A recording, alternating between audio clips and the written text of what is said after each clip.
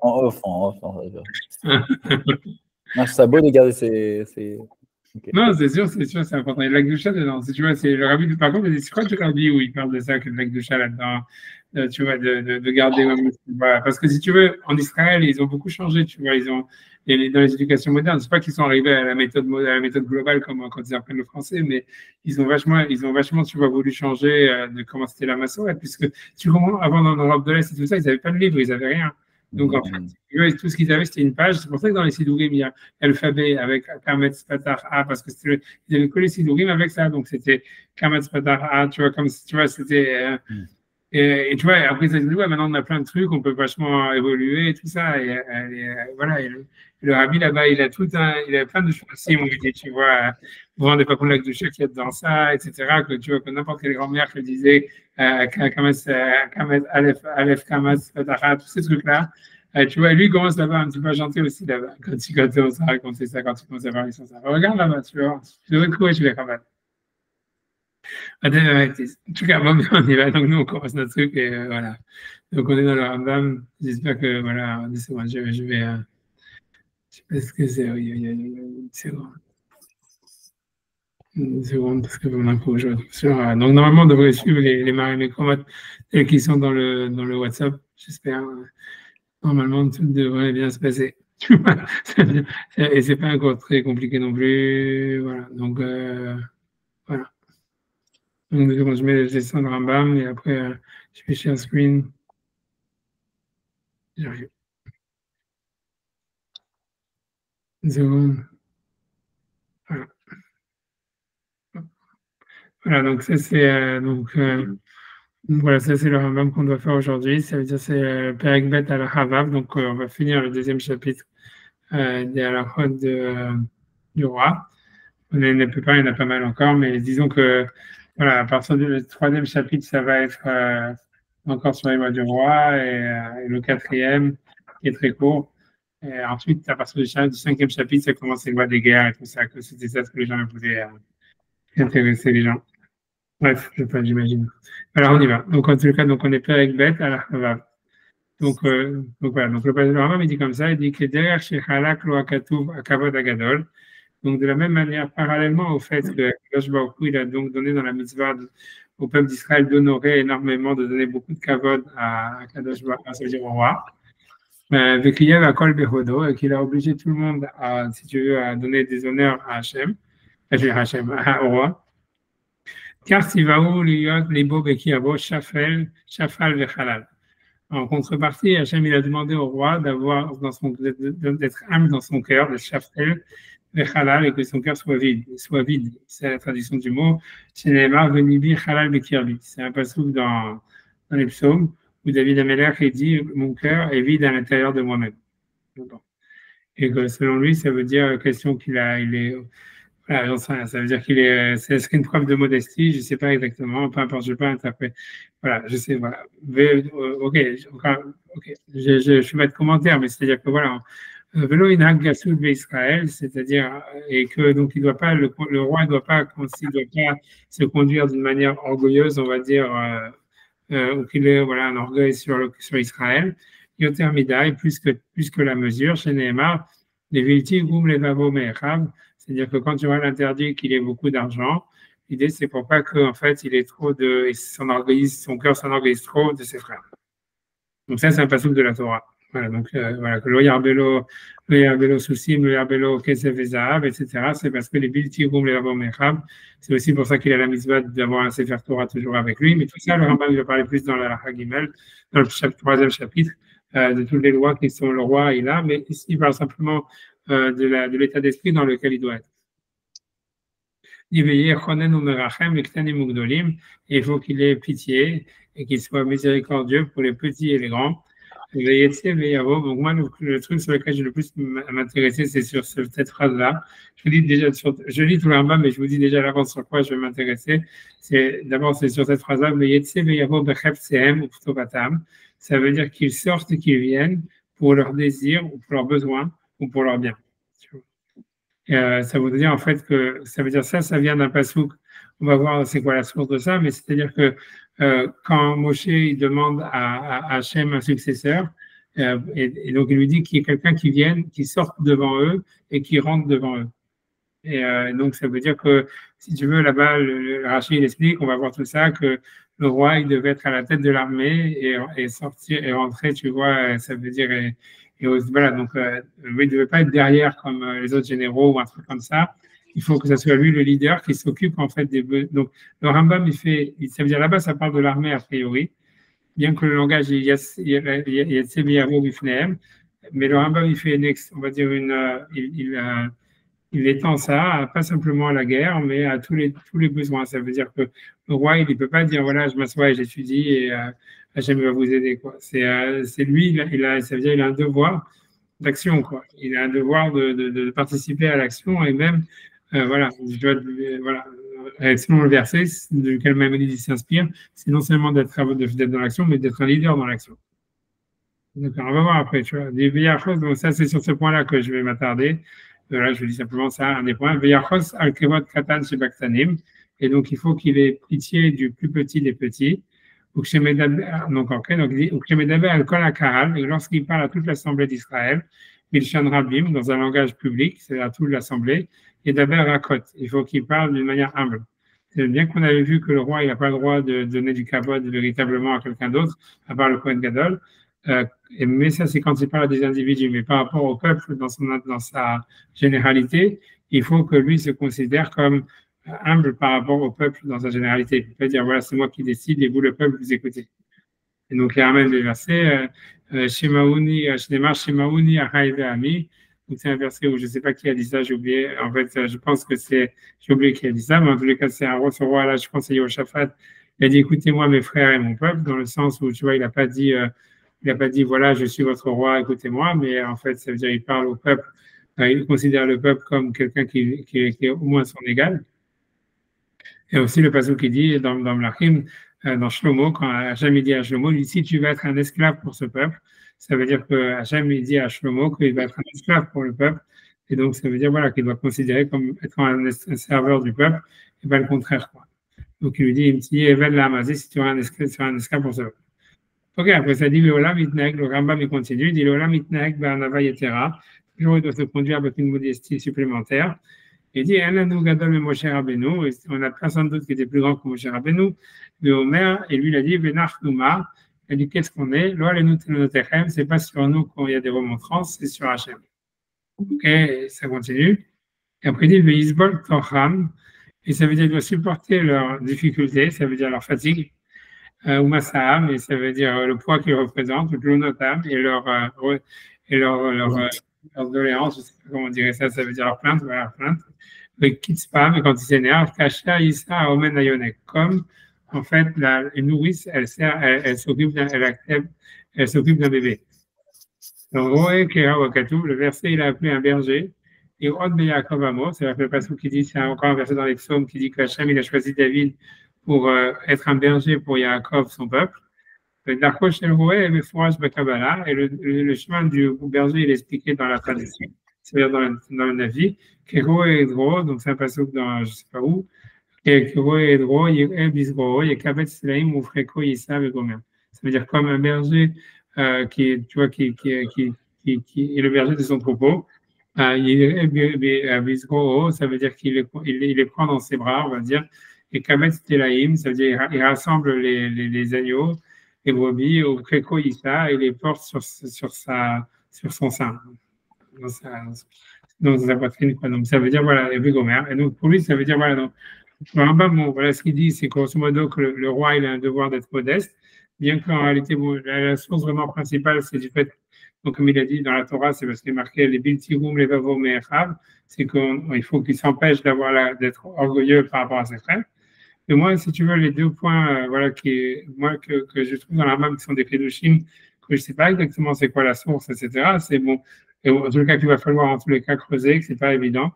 C'est le point qu'il doit être actif si tu veux, il doit être yotsé, comme il a dit, ils sortent et qu'ils viennent pour leur bien,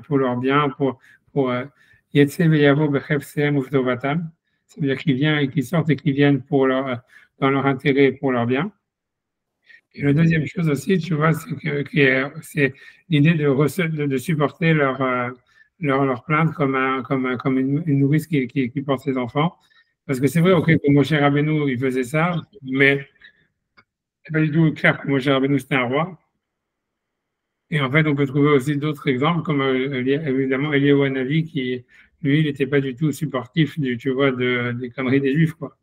Et tu vois, et ça veut dire, ça peut être, tu vois, ça veut dire, voilà, c'est un choix, je veux dire, ok, on supporte et on pardonne et on va essayer de dealer, tu vois, comme il a fait Moshe, c'est un choix. Il y a, à mon avis, il y a un autre choix. Et l'idée, c'est de savoir pourquoi est-ce que le Rambam il pense que c'est une prérogative du roi d'être comme ça, tu vois. Et il y a le côté aussi super infantilisant, tu vois, de dire, voilà, comme quelqu'un qui porte des bébés et tout ça, etc., et machin, blablabla. Et donc voilà, donc pour moi, voilà, c'est ça, cette idée-là, c'est ce que je voulais. C'est sur ces deux points, en fait. C'est sûr que tout ce Rambam, en réalité, honnêtement, les sources du Rambam, elles sont pas très fortes. Tu vois, il fait que citer des versets des psaumes, etc. Si j'avais été, tu vois, en plus en forme, j'aurais été beaucoup plus technique, essayer d'aller chercher. Mais comme je suis dans un mood, tu vois, déjà, comme je disais à Sacha, que j'étais en train de en chute libre depuis que je suis là maintenant, je suis dans la phase de chute libre. Voilà, donc c'est bien que mercredi prochain, je rentre en Amérique. Parce que, tu vois, donc, voilà, donc, je n'ai même pas été capable de faire ça. Donc, donc, je suis parti, tu vois, un petit peu en live, un peu, tu vois, freestyle, quoi. Et donc, voilà, donc, en tout cas, Raph, sur ce point, moi, je sais pas, ça me rappelle vraiment dans la paracha sur Amalek. ouais. J'avais été surpris par un Rashi qui disait pourquoi les bras de Moshe tombaient. Et il dit là-bas parce qu'en fait, Hachem, c'était une sorte de punition qu'Hachem faisait à Moshe parce qu'il n'était pas parti justement devant, comme Yoshua, il avait envoyé Yoshua à sa place pour aller à la guerre au devant. J'ai l'impression que Moshe, en tant que leader, était condamné de ne pas avoir fait cette action. Alors, est-ce qu'il est roi ou pas? Je ne sais pas, mais on a l'impression que le leader doit aller devant. Moi, ça aurait été la source. Je crois qu'il doit citer peut-être un. C'est qui dit ça? Rachi dit ça? C'est Rachi qui ramène ça, ouais. Peut-être qu'il a une source d'ailleurs. Hein.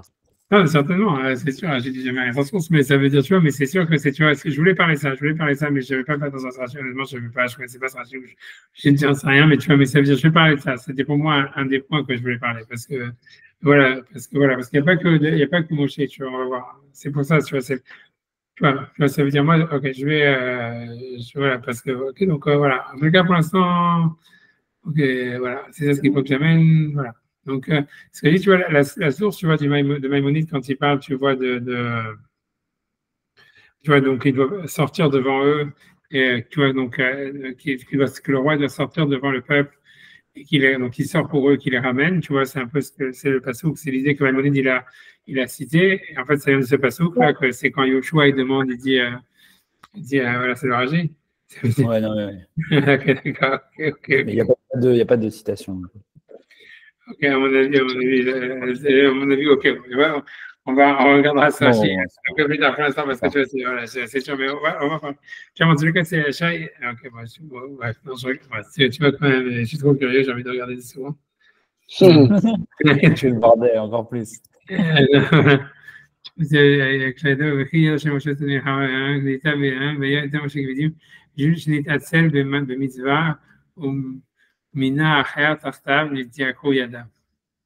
Ok. Ça veut dire, voilà, c'est parce qu'il a été négligent dans l'accomplissement du commandement et qu'il a nommé un autre, Josué, il est à sa place. Okay. Et Diakou Yadav, ses mains vers Londres. Ok, on verra. All right. Non, c'est une bonne. Ça veut dire, c'est sûr que c'est une remarque, quoi, je veux dire. Voilà. En tous les cas, donc maintenant je reviens au cours, tu vois. Donc, Jaya Lifnem, donc lui, quand il demande justement quelqu'un qui va aller devant eux, qui va sortir, qui va revenir, il dit Lokeder Shaharim Osim, donc il dit pas comme les autres ils font, ça veut dire a priori les autres rois, les autres leaders. Ça c'est donc c'est dans la prière de Moshe quand il demande un successeur. Shem. Donc il demande un homme qui sort devant eux et qui rentre devant eux. Donc il explique ça c'est le Sifri, donc c'est les auteurs de la Mishnah qui ont fait ça. Il dit Lokeder Shaharim Osim, pas comme les autres ils font. Shem Meshalchim Chayalot, ils envoient des armées. Baïm et Bassof, eux ils viennent après. Et là, Keshem Shasa Moshe, mais de la même manière que Moshe, il a fait, comme le verset dit, Shnela, Bayom Hashem Elav Al Tira Oto. parce que le verset il dit, Hachem a dit à Moshe, n'aie pas peur de lui. Donc ça, c'est parce que là, il parle de la guerre contre Og, donc quand ils étaient en Jordanie, qu'ils ont dû faire la guerre contre un roi qui était un géant qui s'appelait Og, le roi de Bashan. Et Moshe, il avait peur de lui parce qu'il était très grand physiquement, a priori, si on veut prendre le sens littéral, mais comme Rachid l'explique là-bas, parce qu'il avait des mérites, parce qu'il avait, parce que voilà, il avait, en fait, c'était un grand sadique, en fait, Og Melech HaBashan, il avait, sur le Midrash, c'était voilà, etc. Donc voilà, donc il avait peur de ne pas avoir lui assez de mérite pour le battre, etc. Mais voilà, donc Hachem il a dit n'aie pas peur. Mais de là, la Mishnah ici, elle explique que en fait, on voit que Moshe, c'est lui qui s'est battu contre Og. Il n'a pas envoyé les Bnei Israël pour se battre. C'était lui qui était en première ligne. Hachem chassa Yoshua, donc tu vois, et voilà, donc ça veut dire ça. Mais tu as raison de poser la question pourquoi en fait, donc il ne s'est pas lui battu contre Amalek.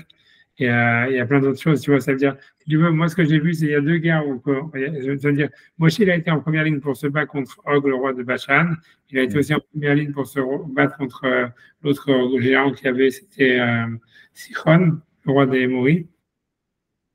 Mais par contre, il n'a pas participé de manière directe ni à la guerre contre Amalek, ni à la guerre qui a été faite contre les gens de Midian.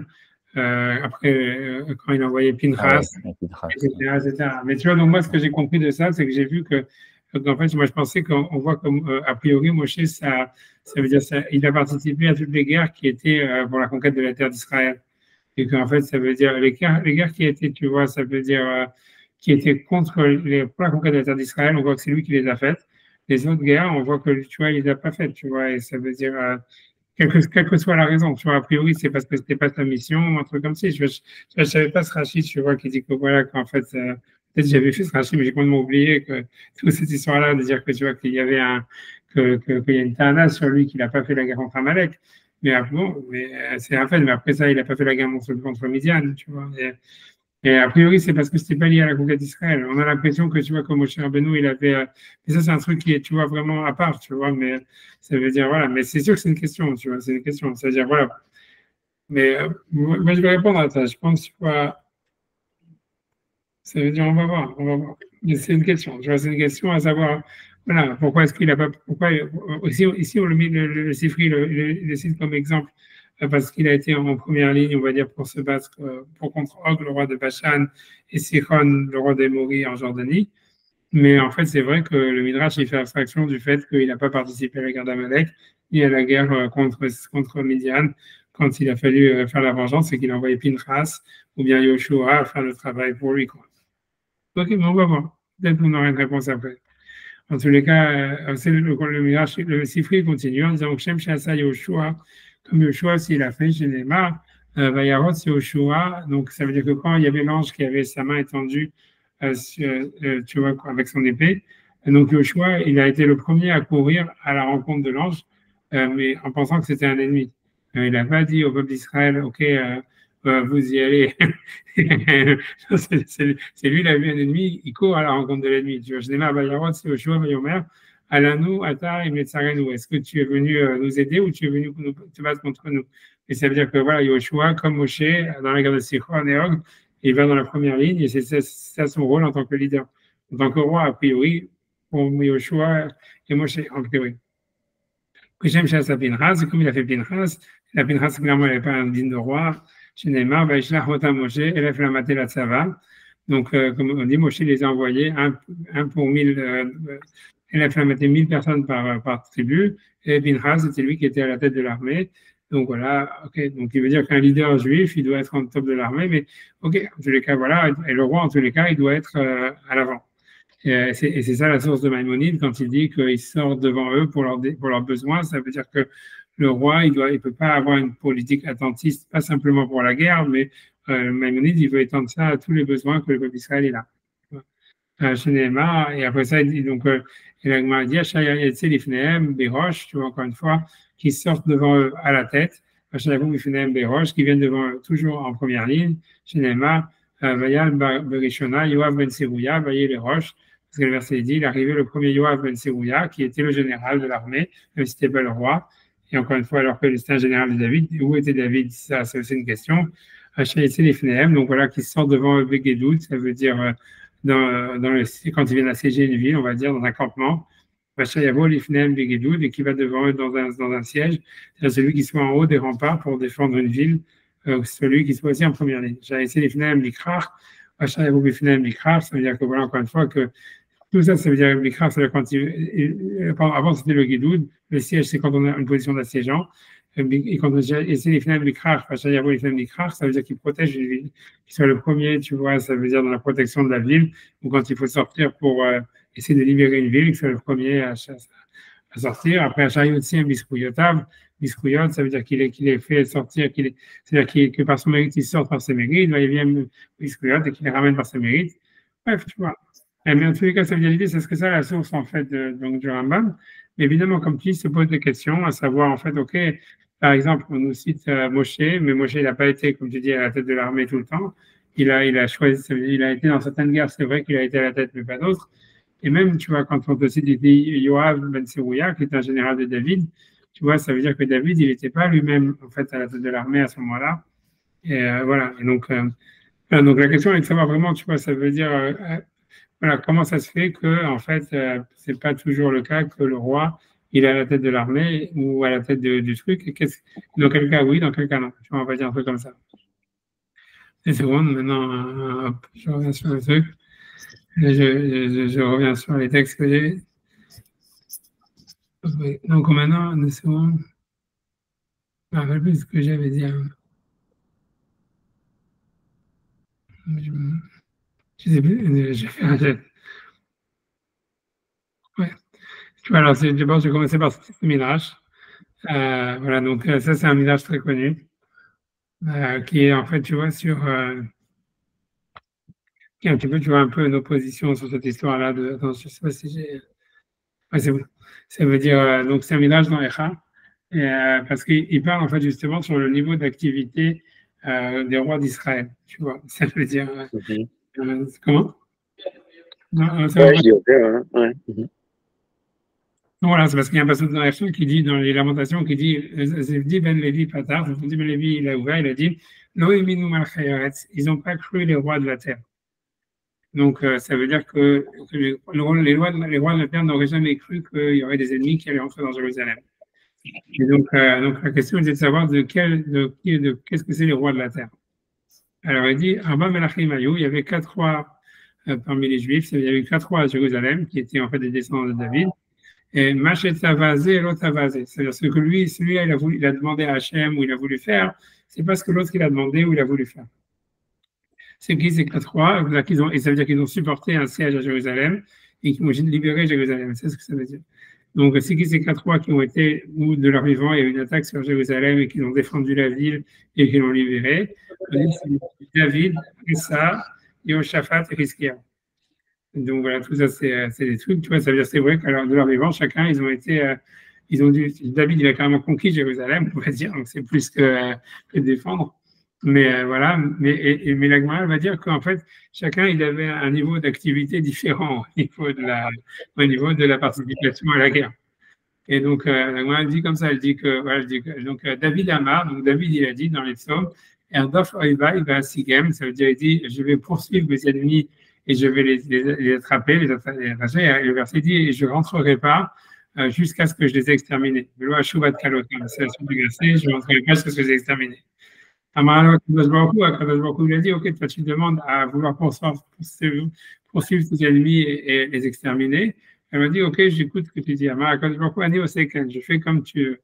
Madame Dictive, c'est ce que le verset dit. Vayakem David, Maneshef, Vadaerev, les Mahortam.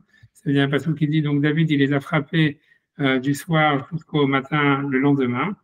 Maouli Mahortam, qu'est-ce que ça veut dire le lendemain? Rabbi Yoshua ben Levi Amar, Ishte Lelot Veyom Echad. Ça veut dire qu'il les a poursuivis, les a massacrés pendant 2 nuits et 1 journée.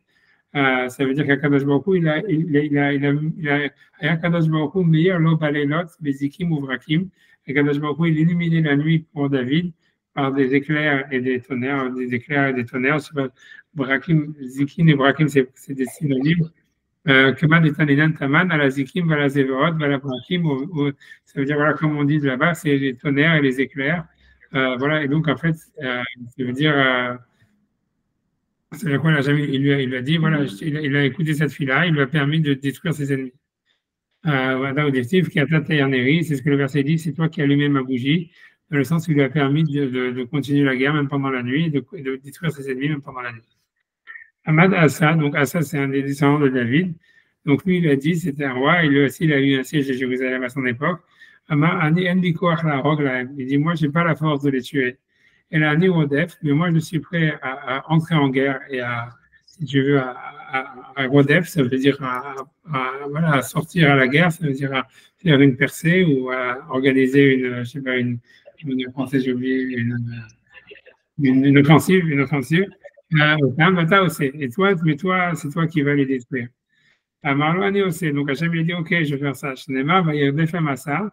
Il est marqué Assa, il les a poursuivis. Il finit Assa, Tifkan, c'est-à-dire, quand il dit ils sont tous tombés, ils sont morts, il n'est pas marqué ils sont morts devant Assa, mais là, il finit Hachem, ils sont morts devant Hachem. Il finit Machaneo, mais devant le campement d'Hachem, c'est Hachem, il a envoyé ses anges pour détruire, en fait, si tu veux, le camp des gens de Jérusalem. Ahmad Yehoshaphat, il est venu plusieurs générations encore. Il dit, moi, j'ai ni la force de tuer mes ennemis, ni même de faire une offensive. Et là, on même Shira, mais moi, je vais simplement dire une Shira, une chanson à Hachem, une louange à Hachem. Toi, Hachem, miraculeusement, tu vas nous sauver. Moi aussi, je fais. C'est le moment où ils ont commencé à faire la prière et les louanges à Hachem. Il y a eu un miracle, les ennemis qui étaient venus attaquer Jérusalem, ils ont été massacrés, ils sont morts, etc.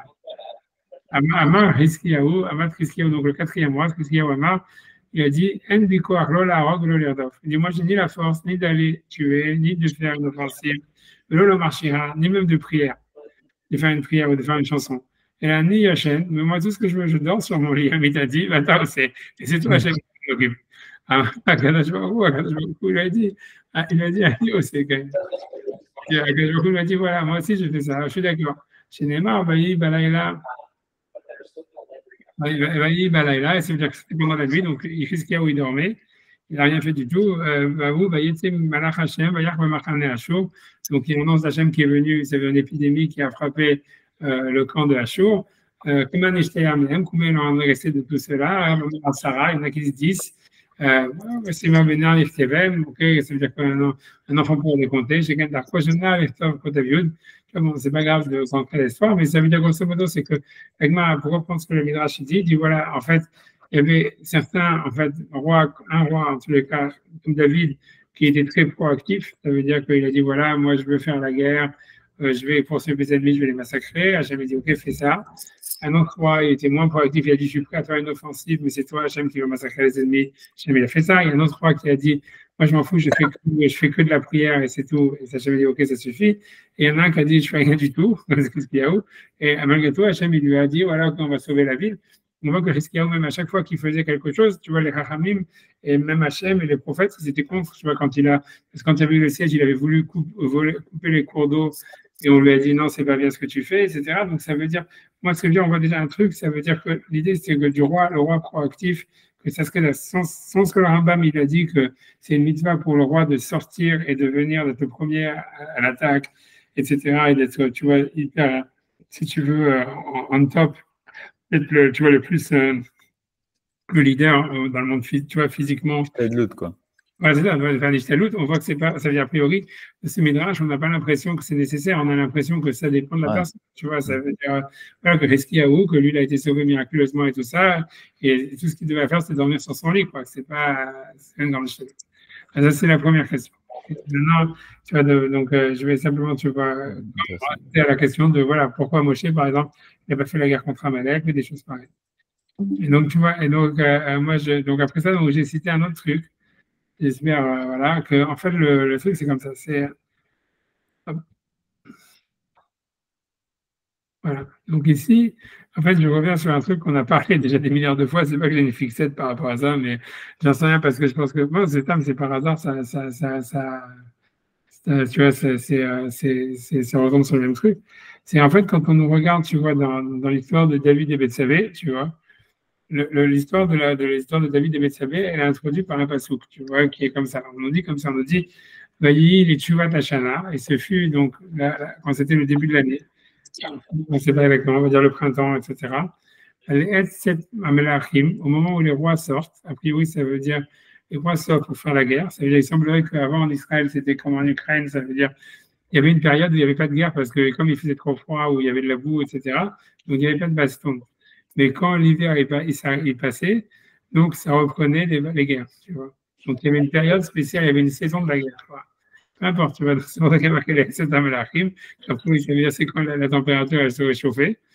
Ben, il cherche David et Yoav, et David il a envoyé Yoav, et Avadav, et ses esclaves, ils mourent avec lui, et Kol Israël et tout le peuple d'Israël, et ils ont fait des massacres chez les Bnei Ammon, al Rabat, ils ont fait un siège sur Rabat, avec David Yoshev Yerushalayim. Et David, lui, il était resté dans son palais à Jérusalem.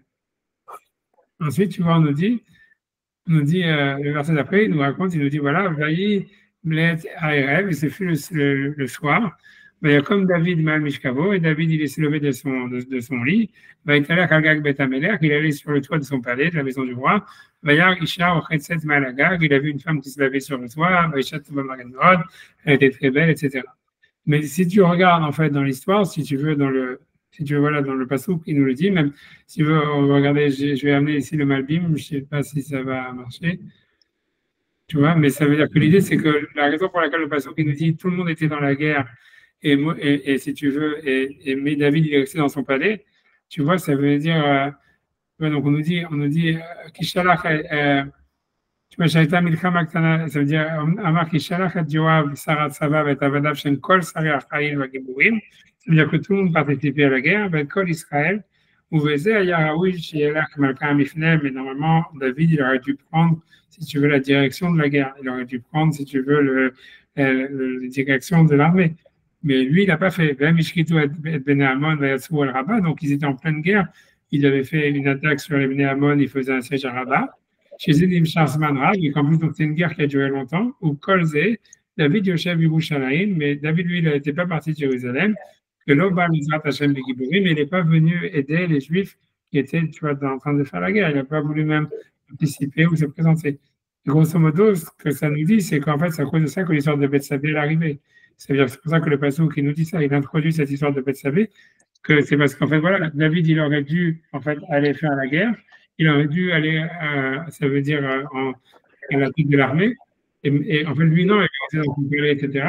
Et on voit bien même qu'après, cette histoire, elle devient centrale, puisque quand il demande à Oulia de dormir dans sa maison, etc., lui, il refuse parce qu'il dit, voilà, tous mes frères, ils sont en train de faire la guerre, etc. Et moi, je vais rester dans ma maison, tout ça, c'est pas possible. Et tu vois, c'est pour ça qu'en fait, tu refuses de dormir et compagnie, tu vois, là-bas dans sa maison.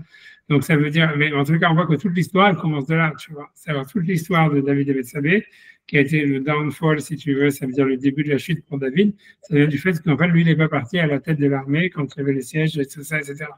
Et la question, elle est de savoir, en fait, pourquoi David, il n'est pas parti à la tête de l'armée. Et ça, en fait, si tu veux, il y a une explication. C'est-à-dire que dans le Navi, on te le dit, en fait, je pense, j'espère que j'ai pas... Ok, je pense que je vais y arriver. J'espère que tu vas compter dans les mains. Je sais pas que c'est son downfall, c'est ça. Ben, parce qu'après la faute de Bethsabée, tu vois, ça veut dire c'est là où en fait Hachem lui a dit, tu vois, ça veut dire voilà qu'il allait avoir plein de tu vois, ça veut dire que dans l'histoire, après l'histoire de Bethsabée, Hachem lui a fait une malédiction que comme il avait détruit la maison de quelqu'un, donc en fait c'est la famille de quelqu'un, Hachem lui a détruit sa famille. Et, tous les frères, tous les enfants ils ont commencé à se battre les uns avec les autres. C'est toute l'histoire de Amnon et Tamar et toutes les histoires qu'il y a dans sa famille, tu vois. Et c'est que tu vois, après Absalom qui se révolte, et tout ça, quoi. Ça veut dire, après ça veut dire qu'il a une vie, tu vois, ça veut dire, voilà, voilà, ça a été que la catastrophe, tu vois, catastrophe après catastrophe dans sa vie, après cette histoire-là, tu vois, ça veut dire, voilà. Mais la question est donc de savoir, tu vois, c'est la cause de toute la cause, c'est parce qu'il n'est pas parti de l'armée.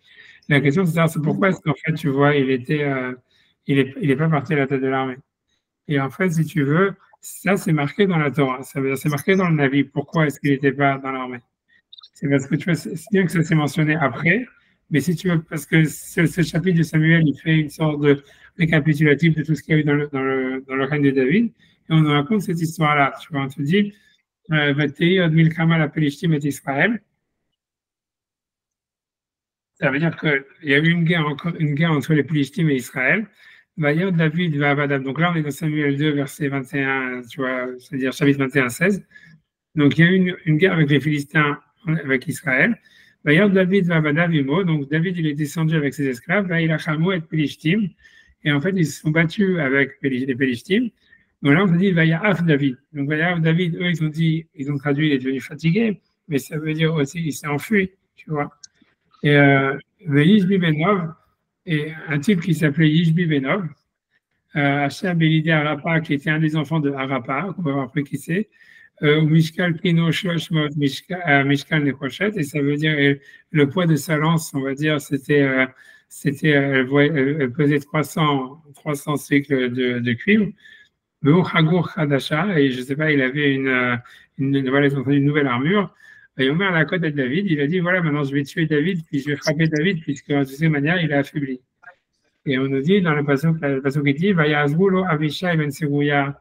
Donc Avishai ben Seguya, qui était un des frères du général de l'armée, il est venu l'aider à David, Vayach Atapelishti, et il a tué le Philistin, Vayemiteu, et ils l'ont tué, il est mort. Et Az Lishbeu Anche David, mais là ils ont fait jurer les gens de David, l'eau, à lui, en disant les morts, l'eau Tetse Adimanu la Milchama. Tu ne vas plus sortir avec nous dans la guerre. L'Optikabed Etner Israël, pour que ne soit pas éteinte la lumière d'Israël. Et donc, ça veut dire que, grosso modo, tu vois, c'est que ça, c'est un passage d'une avis qui n'est pas connu, mais ça veut dire que David Amelech, il a eu un ça veut dire dans sa carrière militaire, il a eu un turnover. Ça veut dire, il y a un moment, tu vois, où c'était le mec qui était le winner, qui gagnait toutes les batailles et tout ça, etc. Mais à un moment, on ne sait pas exactement comment, pourquoi, et il est devenu un super loser à un tel point que les mecs ils nous disent on ne veut plus que tu viennes en guerre avec nous, parce qu'en fait, tu deviens une liability en fait, pour l'armée, et donc on ne peut pas te permettre de venir avec nous en guerre. Et donc, c'est à partir de ce moment-là, en fait, si tu veux, qu'il reste en fait dans son palais, et qu'après ça, si tu veux, c'est la suite, c'est un downfall, puisque tout le monde participe à la guerre, et lui, il participe pas parce qu'en fait, il est trop nul. Et voilà, donc ça commence avec Bethsabée, etc. Et tu vois, la question vraiment, elle est de savoir en fait comment ça se fait. Ça veut dire, comme je dis, tu vois, dans l'histoire, on n'a jamais vu quelqu'un, en général, tu prends tous les généraux d'armée en général, les mecs qui gagnent des batailles, ils en perdent jamais, tu vois. Ça veut dire, tu vois rarement un général, tu vois, tu prends Napoléon, mais tu veux prendre Alexandre le Grand, mais tu prends n'importe quel général. En général, un général qui gagne des batailles, il gagne toutes ses batailles. Un général qui perd des batailles, tu vois, il perd toutes ses batailles. C'est comme ça, tu vois. Ça veut dire, c'est où tu as compris comment ça marche, tu n'as pas compris comment ça marche. Mais c'est très rare de trouver, tu vois, un général, même Napoléon Waterloo, si tu veux, en réalité, sur le papier, il aurait dû gagner, tu vois. Ça veut dire, tu vois ce que je veux dire? Ça veut dire, ok, il y avait des choses, si tu veux, tu vois, ça veut dire indépendance à la volonté qu'il peut passer, qu'il a perdu accidentellement, mais même quand tu prends toutes les batailles de Napoléon même, mais c'est pas que Napoléon, tu vois, c'est pas pour ça que tu vas garder le pouvoir, etc. Mais ça veut dire, en fait, gagner, c'est ce que Napoléon lui-même il écrit dans ses mémoires, que pour lui, il a dit, j'ai jamais rien appris dans un champ de bataille. Et ça veut dire, et l'idée, c'est que, et ça, c'est un truc que tu retrouveras toujours dans l'histoire militaire, c'est que 80% des généraux qui gagnent des batailles, ils en perdent jamais. Et les mecs qui perdent des batailles, ils perdent toujours. Et que l'idée, c'est qu'en fait, l'idée, c'est que c'est un truc que tu as. Si tu as compris comment ça marche, tu as compris comment ça marche. Tu as compris une fois comment ça marche à tous les coups. Si tu n'as pas compris comment ça marche, ça marche jamais, tu vois. Et donc, comme dans la boxe. Ouais, c'est comme dans la boxe, c'est un truc comme ça, tu vois. Si tu as compris, ça t'a pas. Tu vois, je sais pas si c'est un truc à comprendre ou c'est un trait d'esprit. C'est ce qu'il dit Napoléon, il décrit ça vraiment comme ça, tu vois, lui-même, tu vois. Il dit, j'ai jamais rien appris sur un champ de bataille. Il savait déjà toujours qu'est-ce qu'il fallait faire, tu vois. Il n'y a jamais eu un doute. Et tu vois ça dans l'histoire. Tous les généraux, tu verras, qui ont été successful, c'est des mecs qui ont, tu vois, à un moment, tu peux parler d'Hannibal et tout ça, etc. Ils ont perdu une bataille qui a été fatale, comme Napoléon Waterloo, ou ce que tu veux. Mais c'était pas, si tu veux, si tu veux, c'était prévisible, quoi. C'est parce que voilà, ils pouvaient pas aller plus loin, etc. Ils ont fait, tu vois, machin. Et sur le papier, c'était pas une défaite, en fait. Si tu veux, c'est pas, t'es le plus grand des winners, et puis un jour, tu deviens tellement nul que tes généraux, ils te disent non, il faut plus que tu viennes dans la guerre parce que tu nous mets en danger parce que tu es là, tu vois. Et tu vois, la question de dire, tu vois, c'est comment est-ce que David, il est passé de ça à ça, tu vois, ça veut dire, parce que c'est quand même lui qui a, si tu veux, quand tu regardes avant, tu vois, il a conquis toute la terre d'Israël, c'est lui, tu vois, tu vois, qui s'est battu contre Goliath, qui s'est battu contre tout ça, etc. Et tu comprends pas, en fait, tu vois comment, tout d'un coup, et surtout, c'est énigmatique, quoi, parce que le Navi, le prophète, il le dit, tu vois, c'est des psaumes qu'on a vus, c'est dans le livre de Samuel, mais on ne sait pas pourquoi, tu vois, c'est super énigmatique, tu vois, on ne dit pas, tout d'un coup, David, alors qu'il n'est jamais fatigué, qu'il est toujours gagnant, qu'il est tout d'un coup, ça devient, tu vois, une loque, tu vois, une épave. Et tu vois, la question, c'est pourquoi, comment, qu'est-ce qui s'est passé, etc. Et donc, mais si tu veux, sur ça, tu vois, l'explication, si tu veux, il y a l'explication dans la Gemara. La Gemara, elle va donner l'explication. Elle donne ça. Si j'y arrive, voilà, je fais donc la Gemara. Je ne me rappelle plus qu'est-ce que je voulais. Bon, la Gemara, si tu veux, la Gemara, ça veut dire, je ne sais pas si vous avez fait déjà cette Gemara. Donc, ça veut dire parce que la Gemara, en fait, elle va s'interroger, si tu veux, elle va trouver une sorte d'allusion à donc, parce qu'à mon avis, tu vois, évidemment, la Gemara avait la même question qu'on se pose, c'est-à-dire pourquoi, comment David est devenu nul, pourquoi le Tanakh ne nous dit pas qu'il est devenu nul. Si on ne le dit pas, c'est que ça devait être évident. Il y a quelque chose, tu vois, il doit y avoir si tu veux, un sens, tu vois, une allusion. Et en fait, si tu veux, la Gemara, elle voit ça parce qu'en fait, on nous dit, elle va faire une déduction à partir du nom du soldat philistin qui a attaqué Goliath. Puisqu'en fait, si tu regardes dans les versets, je ne sais pas si vous vous souvenez, moi, je n'ai pas envie de rechercher à l'autre truc, mais si tu veux, le verset qui nous parle de David comme étant, tu vois, qui a dû s'enfuir, tu vois, David, qu'ils ont traduit, c'est fatigué David, mais c'est enfui David. Le type qui s'était battu contre lui, il s'appelait Yishbi Benov. Je ne sais pas si vous voulez, je peux remettre encore ça, j'espère que ça va pas faire la. J'ai remis le pasouk qui parle tu vois, de cette histoire. On nous dit qu'il s'appelait Yishbi Benov. Déjà, on sait que Nov, c'est le nom d'une ville, d'accord et tu vois. Oui, le Mishkan. Oui, le Mishkan. Et c'est super bizarre qu'il y ait un Philistin qui s'appelle comme ça, tu vois, Yishbi Benov. Et déjà, c'est bizarre que, tu vois, si tu veux, le Tanakh, en général, il ne va pas Goliath, ou, tu vois, on connaît très peu de généraux philistins, et c'est pas le but du prophète Samuel de nous dire c'est quoi les noms des généraux philistins. Donc, c'est pour ça que la Gemara, elle va voir ici une sorte d'allusion, tu vois, de hint, je sais pas comment dire, d'indice, pour comprendre, tu vois, quel est le sens vraiment de cette histoire, tu vois. Et en plus, on nous dit les enfants de Arapha. Bon, ça, la Gemara, elle va expliquer que Arapha, elle va dire c'est Orpa. Tu vois, c'est Orpa, en fait, ça veut dire que la Gemara va expliquer que ce type-là, en fait, c'était le frère de Goliath. Puisque Orpa, c'était la mère de Goliath. Et en fait, ça veut dire que Goliath, il aurait eu un frère, etc. Mais si tu veux, la Gemara, elle va interpréter en fait ce nom-là pour essayer de comprendre en fait quel est le sens, tu vois, de pourquoi David, de celui qui vient en guerre, etc., qui est à la tête de l'armée, que c'est normalement le rôle du roi, c'est un Maïmonide, comment est-ce qu'il devient au contraire, tu vois, une liability, et que c'est le fait qu'il devient une liability qui va faire que finalement il va avoir des relations avec Bathsheba, etc., et que ça va être un peu la cata. Donc en fait, je reviens dans la Gemara. Donc la Gemara, elle nous dit Yishbi Benov, Haché Abibilé Arapa. Donc j'espère que ça marche. Ouais, donc ça veut dire Yishbi Benov qui était dans les enfants de Arapa. Mishkal Kino, Shalosh Meot Mishkal Nechoshet, Veu Hagour Hadashar. Et il avait une nouvelle armure. Alors, il a frappé David. Et il a voulu frapper David. La Gemara demande Ma Yishbi Benov. Qui était ce Yishbi Benov? Donc, Amar Rav Yehuda, donc elle nous dit Amar Yehuda, Amarav, Isheba, Istenov. Ça veut dire que c'est un homme qui est venu parce qu'en fait, à cause de l'histoire de Nov.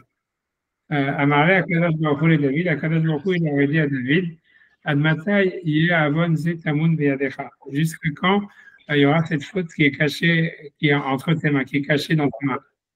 Ça veut dire quoi? C'est Aliadecha Neaga Nov Ira Kohanim. À cause de toi que la ville de Nov, la ville des Kohanim a été massacrée. Aliadecha Nitra Doeg Adomi, c'est à cause de toi que Doeg Adomi a été tué. Aliadecha, et c'est à cause de toi, Neagu Shaoul, Veshoshet Banav, c'est à cause de toi que Shaoul et ses 3 enfants, ils sont morts. Alors, qu'est-ce que ça veut dire? C'est très difficile à comprendre. Ça veut dire, l'idée c'est quoi? C'est que quand, c'est l'Aftara qu'on va lire normalement ce Shabbat, tu vois, c'est Maha Chodesh, c'est que quand tu vois, ça veut dire quand Shaoul, il est poursuivi il poursuit David pour le tuer, avec l'histoire des flèches et tout ça. En fait, l'idée, c'est que Shaoul, en fait, David, il s'enfuit, mais en fait, Jonathan, il lui a pas donné à manger. Tu vois, de là, on apprend la grande média de donner à manger, etc. C'est parce qu'en fait, toute la cause, ça, c'est que Jonathan, David, il s'enfuit, mais il n'a pas mangé. Et que donc, finalement, lui, il n'a pas de quoi manger, ni lui et ses soldats, et il s'enfuit, mais il ne sait pas où aller. Et donc, finalement, il va dans le Nov, à Nov, il se réfugie, ça, c'est ramené dans la Torah. Alors, il se réfugie à Nov, la ville des Kohanim, et là-bas, il demande à manger. Là-bas, il y avait aussi le roche du Sanhédrin qui était là-bas, présent. C'est normal qu'il soit un peu là où il y a le Beth Amikdash, etc. Et il voit David, en fait, qui va et machin, qui demande à manger pour lui et son armée. Et David, il dit, en fait, au Kohen Gadol, j'ai oublié comment ça, il lui dit, en fait, il dit, je suis en mission pour Shaoul. Et voilà, alors le Kohen Gadol lui donne à manger, et lui pour son armée, tout ça, etc. Il lui donne aussi l'épée qu'il avait laissée de Goliath, et il s'en va. Mais voilà, donc après ça, ce qui se passe, c'est que Shaoul, évidemment, il se demande où est-ce qu'il est David, où est-ce qu'il est David, il part à sa poursuite, et le roi du Sanhédrin, il dit oui, voilà, le Kohen Gadol, en fait, il a aidé, et toute la ville des Kohanim, ils ont aidé David, etc. Il lui donne à manger, des armes et tout ça. Et donc, en fait, Shaoul, il dit quoi? Ça veut dire, en fait, ils veulent aider David à se révolter contre moi. Donc, en fait, ils massacrent toute la ville. Et toute la ville de Nov, elle est détruite par Shaoul. Tout ça, c'est mentionné dans le Tanakh. Et à cause de ça, en fait, c'est sûr que c'est à cause de ça que Shaoul lui-même, par la suite, il va être tué dans la guerre avec ses enfants. Et aussi que le roi du Sanhédrin, Doeg Adomi, qui a dit le Lachon Hara, lui aussi, il est tué. Mais ça veut dire que l'idée, elle est comme ça, dire que, si tu veux, la Gemara, elle dit qu'en fait, dans cette histoire, David, il est coupable. C'est très difficile à comprendre, tu vois, pourquoi est-ce qu'il est coupable. Moi, personne n'explique, tu vois, aucun des commentateurs, tu vois, que je connais, les explique, que je n'ai pas vu.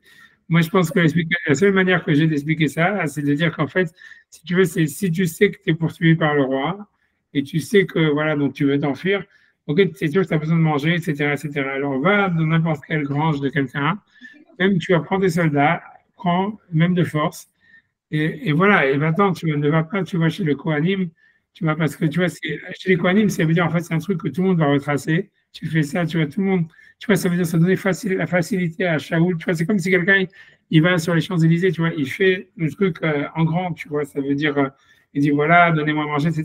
Tu vois, David, il aurait dû comprendre que ça allait être facile de retracer d'où est-ce qu'il avait aidé, etc. Et alors qu'il aurait dû faire un profil bas et réussir et prendre à manger ailleurs, tu vois, ça veut dire même si c'est pour son armée, etc. Aller, je sais pas, tu vois, attaquer n'importe quel fermier, prendre de force, tu vois, ou faire les choses en cachette, ou même si ça avait été des citoyens lambda, Shaoul, il n'aurait pas massacré la population normale, il aurait dit, OK, bref, il ne savait pas, mais c'est comme si David, d'une certaine manière, à mon avis, c'est la seule explication que j'ai, ça veut dire qu'il serait coupable de ne pas avoir fait de la discrétion, quoi. Tu vois, ça veut dire, si tu t'enfuis, etc., ça veut dire, ne fais pas, tu vois, ça veut dire ne commence pas à aller chez le Kohen Gadol, tu vois, chez les celebrities, pour faire un gros fuss et tout ça, etc. Parce que toi-même, tu es en train de mentir, et tu es incognito, et tu es en train de t'enfuir. Tu sais que tous ceux qui vont t'aider, à la fin, ils vont être soupçonnés, etc. Donc, tu vas, vas-y, reste, tu vas profil bas, et même si tu as besoin de manger, etc., trouve une autre manière, voilà, etc. A priori, ça serait ça la raison, on va dire, si on fait comme ça. Dans tous les cas, ça veut dire que ça serait ça. C'est pour ça que la Gemara interprète tout ça, parce qu'il est marqué Ishbi Benov, que c'est à cause de Nov, en réalité, qu'il y a, si tu veux, ce turnover qui se passe dans la carrière de David, et que de général super successful et tout ça, il devient, en fait, complètement, tu vois, nulos, quoi. Mais la question, elle est de dire, tu vois, c'est OK, mais pourquoi ça se passe à ce moment-là? Ça veut dire, cette histoire de Ishbi Benov, elle semble être arrivée, tu vois, elle est avant que David soit roi, tu vois, c'est au début quand Shaoul commence à le poursuivre. Donc, ça veut dire, David, il aurait dû perdre sa Siyata d'Ishmaïa dans l'armée, même avant d'être roi. Donc, comment ça se fait qu'il y a un point de basculement et comment ça se fait que ce point de basculement, il arrive à ce moment-là? Et donc, la Gemara, elle dit qu'en fait, Hachem, il aurait dit à David, il aurait laissé un choix, puisqu'on voit qu'à chaque fois qu'Hachem veut punir David, il laisse toujours le choix en disant est-ce que tu veux une épidémie, est-ce que tu veux ça, est-ce que tu veux ça. Donc là aussi, David, il aurait eu un choix qui lui aurait été donné par Hachem. Donc ça, c'est la Gemara qui explique. Elle dit Hachem lui a dit comme tu as fait, à cause de toi, il y a le massacre de Nov, à cause de toi, Shaoul il est mort, à cause de toi, les enfants de Shaoul ils sont morts, etc. Est-ce que tu veux, tu as le choix entre Resoncha Yichlu Zarecha, ça veut dire soit tu as le choix de choisir, soit ta descendance elle va être annihilée, ou Timaser Beyadoyev, ou bien tu vas perdre des batailles et tu vas être mis entre les mains de tes ennemis qui vont te dominer, et que donc tu vas être tué par tes ennemis, ou bien entre leurs mains en tous les cas. Amar Lefanav, il a dit, Bono Shalom, donc David, il a dit, maître du monde, Moutar Emsor Beyadoyev, je préfère, tu vas être mis entre les mains de mes ennemis et perdre des batailles et tout ça et être tué en guerre. Belo les arrive, mais que ma descendance ne soit pas exterminée. Alors, donc Yom Ahad, donc maintenant la Gemara va rentrer dans un truc complètement, tu vois, loufoque. Ça veut dire, ça c'est clair que tu vois, c'est un des passages les plus étranges de la Gemara. Tu vois, je sais pas si vous le connaissez ou pas, tu vois, où là on rentre complètement dans un truc, tu vois, carrément incroyable. La Gemara nous raconte toute une histoire. Elle nous dit Yom Ahad, un jour, Nafak Lishkor Bazak. Ça veut dire que David, il faisait de la chasse aux faucons. Ata Satan, le Satan est venu, Idmele Ketavia. Il est venu, il s'est transformé, ça veut dire, il s'est fait ressembler comme un daim.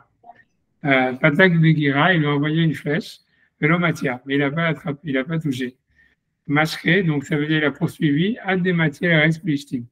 Donc, le daim, parce qu'il poursuivait le daim, il a attiré jusqu'à ce qu'il est arrivé dans l'état des Philistins.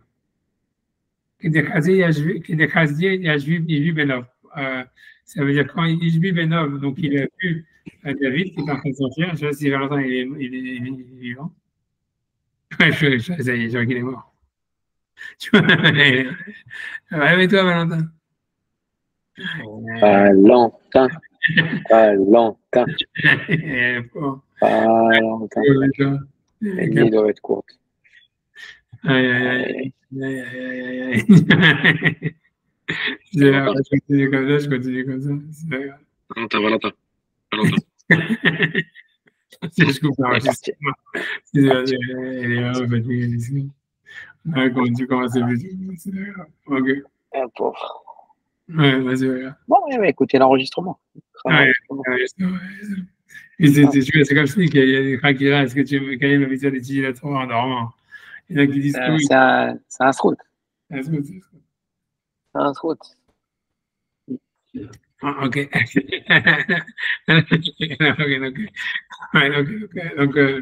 Donc, il s'est fait ressembler à un daim. Donc, il n'arrivait pas à l'attraper.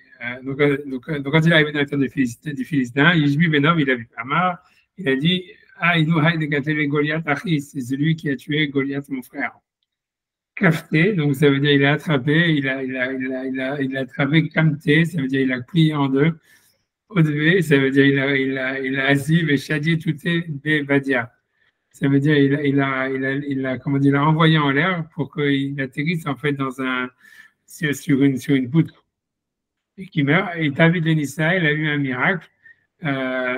Makal et Ara Mitouté, ça veut dire la terre, elle s'est ouverte sous lui, comme ça il n'est pas tombé sur la poutre ou la poutre elle est tombée et donc comme ça il n'est pas mort en tombant sur la poutre. Aïnou directif, c'est ce que le verset dit, Tarkib Saada et Tartaï, Velo Madou Karsula. C'est-à-dire, tu as élargi mes pas sous moi et mes hanches n'ont pas été, n'ont pas été, je ne sais pas, cassées ou quelque chose comme ça. Ok, donc ça, on nous dit ça, voilà qu'en fait, donc Ishbi Benov, il est en train d'attaquer David et presque en train de le tuer. On nous dit, ah oui, Oma, mais ce jour-là, à Pania de Balé Shavta Ava. C'était le vendredi, c'était la veille de Shabbat, c'était un vendredi. Ava Abishai Ben Serouya, Ava Kachaïf péché, il était en train de se laver les cheveux. Beraba Garbé des Mayas, avec 4 cruches d'eau. Hazinu le Kitme Dama, il a vu des taches de sang dans l'eau. Et Kadamri, il y en a qui disent, Atayona, il a vu un colombe. Itrif Kamé qui a été capturé par un autre animal devant lui ou qui est mort devant lui. Marc Knesset Israël, il a dit l'Assemblée d'Israël, Yona et Mitalia, la Torah, elle ressemble à une colombe, chez Neymar, Kanfe Yona, Nerpa Bakesef, c'est-à-dire des ailes de colombe qui sont recouvertes d'argent, Shema Mina, j'en déduis de là, David Malka d'Israël, que David, le roi d'Israël, Betsahara, il a un problème. Charé, donc il est allé, j'imagine, un truc comme ça. Atal et Bété, il est arrivé dans la maison de David, il n'a pas trouvé. Amar, Nan Ormin al-Suso, il est marqué on ne peut pas chevaucher le cheval du roi. Ben Yajun al-Kissi, on ne peut pas s'asseoir sur son trône. Ben Meshamshin Becharbito, on ne peut pas utiliser son sceptre. Mais Shatasakana Maï, mais quand on est en danger, quelle est la raison? Est-ce qu'il peut ou pas? Ça avait voulu utiliser la mule de David pour voir où est-ce qu'il est parti, parce qu'en fait, a priori, le cheval de David ou la mule de David s'était enfui quand il avait été attaqué par Ishbi Benob. Et donc maintenant, il pouvait en fait chevaucher la mule ou le cheval pour voir où est-ce que David il était. Donc il s'est demandé est-ce qu'il avait le droit d'utiliser ce cheval ou cette mule pour sauver David. Atash Haïd Bemidrasha, il est parti demander à la Yeshiva, Amoulé, Beshata Sakana, Shapir Damid. Si jamais il y a un danger, c'est permis. Donc il est monté, il a chevauché la mule de David. Le Kam Azal, donc il est parti. Le Kam Saléara, la terre elle s'est raccourcie, donc il est arrivé rapidement. Des Kam Asgé, donc quand il était en train d'aller en chemin pour aller vers les Philistins, Haziel et Orpa, il a vu Orpa, donc il met la mère de Ishbi Benob et de Goliath, des Havat Navla, qui était en train de faire de la couture de faire du tricot, quelque chose comme ça. Qui chazité, quand elle a vu, Pasketa les Pilcha, ça veut dire elle a arrêté son tissage, Chadité il l'avait, ça veut dire elle a envoyé son fuseau, elle l'a envoyé sur lui. Savra les Miktélé en essayant de le tuer, en pensant le tuer. Mais elle a raté. Amalé Alam, donc elle lui dit, jeune homme, a été liplach. Ça veut dire, elle me dit, rends-moi mon fuseau. Donc lui, Abishai, il a pris Patke Beresh Mocha, il l'a enfoncé dans son cerveau, dans sa tête, et Katla, il l'a tué. Donc, ok, Katkazia, Yajub Benob, quand il a vu Yajub Benob, donc il a vu qu'Abishai il est arrivé, Ama Ashta Avou Betrin, maintenant il y en a deux contre moi, des 4 ennemis, ils vont me tuer. Patke et David, Leila, ça veut dire il a jeté David dans le ciel.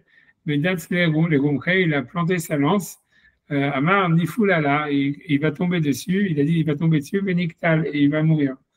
Amar Abishai Ishem, Abishai il a dit un nom d'Hachem, Okmel et David Shimaya Lara. Et il a fait que David il est resté suspendu entre le ciel et la terre, et donc il n'a pas atterri sur la lance. Alors, Agma demande Benimal Liou, ça veut dire si Abishai il connaissait le nom, David aussi il aurait pu utiliser ce nom pour rester entre le ciel et la terre. Il dit un prisonnier ne peut pas sortir lui-même de la prison.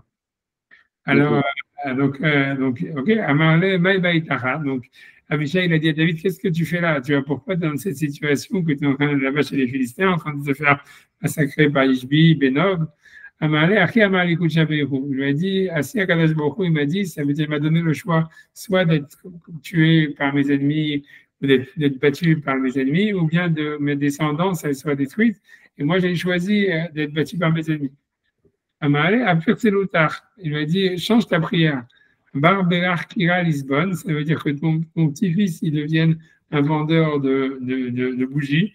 Ça veut dire qu'il n'est pas de Parnassa. C'est pas grave, va te le distraire, mais toi, ne te rends pas dans le ça. Ne te fais pas de problème. Ça veut dire, pourquoi tu t'es sacrifié pour tes petits-enfants, tu vois? Inverse le décret. Donc, a priori, il a accepté.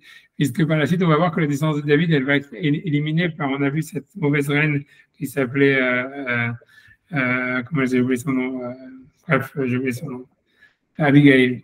Pas Abigail, excuse-moi, comment elle s'appelle, attends, j'ai oublié, Jézabel. Ok, donc il m'a dit, il m'a dit, si c'est comme ça, ok, je vais changer ma prière, mais aide-moi. Et nous dit parce que le verset il dit, il a aidé,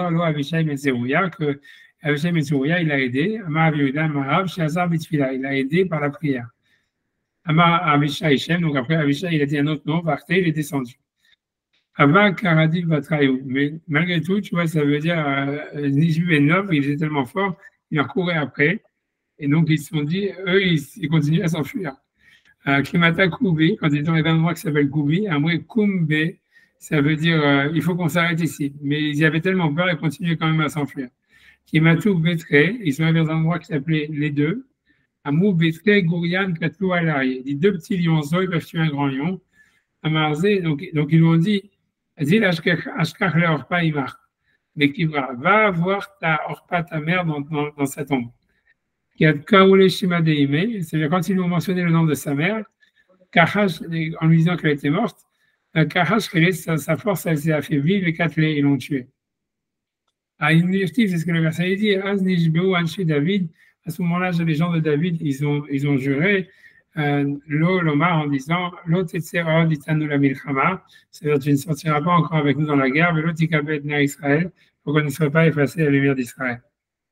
Donc ça, c'est une Gemara, voilà, tout à fait étrange, tu vois, qui a réussi à complètement avoir, pas longtemps, elle avait être complètement dans le monde tu sais pas si c'est la caméra qui est froissée ou si c'est vraiment, tu savais pas quoi, que c'est vraiment. Je pense qu'il est là. En tous les cas, ok, donc, voilà, en tout cas, mais ça veut dire, voilà, c'est une question, c'est une très, très étrange, etc. Mais à mon avis, tu vois, ce que la Gemara, elle veut dire, en fait, c'est comme si, c'est qu'il y a en fait une contradiction entre le fait d'être un roi conquérant et guerrier et le fait de laisser, en fait, ça veut dire une hérédité, tu vois, un pouvoir héréditaire. Ça veut dire une descendance et une hérédité. C'est-à-dire que quand tu regardes tous les rois, en fait, qui ont été conquérants, tu vois, en fait, ils n'ont pas laissé un héritage à leurs enfants. Ouais, tu prends l'exemple même d'Alexandre le Grand, tu prends l'exemple de Napoléon, tu prends l'exemple, je ne sais pas, n'importe quel général, n'importe quel roi conquérant. En réalité, c'est très peu dans l'histoire des rois qui ont été conquérants et qui ont laissé, en fait, après ça, leur conquête à leurs enfants. Parce qu'en fait, si tu veux, il y a comme une sorte, si tu veux, de contradiction. Tu vois, c'est ça, à mon avis, c'est à ce que la Gemara essaie de le montrer. Elle dit, tu vois, c'est pour ça que le choix à David, c'est soit tu vas être battu dans la bataille, etc., et que tu n'arrives plus à conquérir ou à faire des guerres, et à ce moment-là, tu vas pouvoir avoir une descendance qui va perpétuer ton chemin ou qui va perpétuer, tu vois, ton royaume, ou bien tu vas continuer à gagner des batailles, être un conquérant, mais ça va entraîner que finalement, tu vois, tu n'auras pas toi-même, ta descendance, elle va être éliminée. Quoi. Et lui choisit, tu vois, le deuxième truc. Tu vois, et en fait, c'est ça, si tu veux, David, si tu regardes, c'est le seul roi, en fait, dans l'histoire. Et c'est peut-être pour ça, tu vois, que les Goïms, ils ont tellement de trucs pour lui. C'est parce que c'est un roi victorieux en combat, en bataille, etc. Mais qui a laissé, en fait, tu vois, son héritage, sa dynastie, la Jérusalem, tu vois, pour des générations à venir, pour sa descendance. Mais tu vois, la question est de savoir, tu vois, en fait, pourquoi, en fait, il y aurait une sorte de, tu vois, si tu veux, de connexion entre ces deux choses-là, tu vois. C'est-à-dire, pourquoi, tu vois, ça veut dire, en fait, on voit, en fait, tu vois, c'est comme si, tu vois, le roi doit partir en guerre, etc. Et c'est une prérogative du roi. On voit après ça, pas tous les rois l'ont fait, etc. Mais qu'on voit que, et David, on voit que lui, il a fait pendant une partie de sa vie et qu'après, il a arrêté. Et que, tu vois, par la suite, il est devenu un roi, tu vois, c'est-à-dire, voilà, qui restait dans son palais, qui faisait que prier ou j'en sais rien, etc. Mais qu'en fait, et la Gemara explique qu'en fait, le moment où, en fait, si tu veux, il a changé, c'est au moment, en fait, où il s'est dit, ah, je dois laisser un héritage à mes enfants, grosso modo. C'est-à-dire, tant qu'en fait, il était dans une idée de, voilà, OK, il faut conquérir le pays, tu vois, il faut, j'en sais rien, tu vois, ça veut dire, il avait son tu vois, son truc à dealer. Donc, en fait, c'était, voilà, OK, il faisait, tu vois, ça veut dire, voilà, il faisait sa conquête, il faisait ses batailles, il était en top de l'armée, etc. C'est lui qui était un truc, mais quand il s'est dit, ah oui, maintenant, je dois laisser un héritage à mes enfants, donc, c'était, tu vois, c'était un truc, tu vois, ça fait un switch, tu vois. Et c'est ça ce qu'elle m'a dit, c'était ça le choix. Soit tu es perdu en bataille, mais tu vas avoir des enfants et tu vas laisser ton héritage à tes enfants, soit tu veux continuer à être un guerrier, et à ce moment-là, tu pourras pas laisser une sorte d'héritage à tes enfants. Et c'est intéressant, tu vois, et en plus, ça se pratique avec le fait, comme on a dit, qu'il y avait des rois qui, eux, ils ont complètement, tu vois, ça veut dire, ils étaient c'est mieux, eux, ils étaient carrément, ils foutaient rien, quoi, comme Hiskiyahu, etc., etc. Et comment ça se fait, par exemple, tu vois, que Hiskiyahu, lui, il a dit non, je ne fais rien. Et tu vois, et on voit qu'il y a des niveaux d'activité des rois avec le Midrash, ils sont condamnés aucun d'entre eux, tu vois. Donc, tu vois, voilà. Alors, moi, ce que j'ai voulu dire, ça, j'ai voulu dire, tu vois, un truc comme ça, j'ai voulu dire, c'est vrai.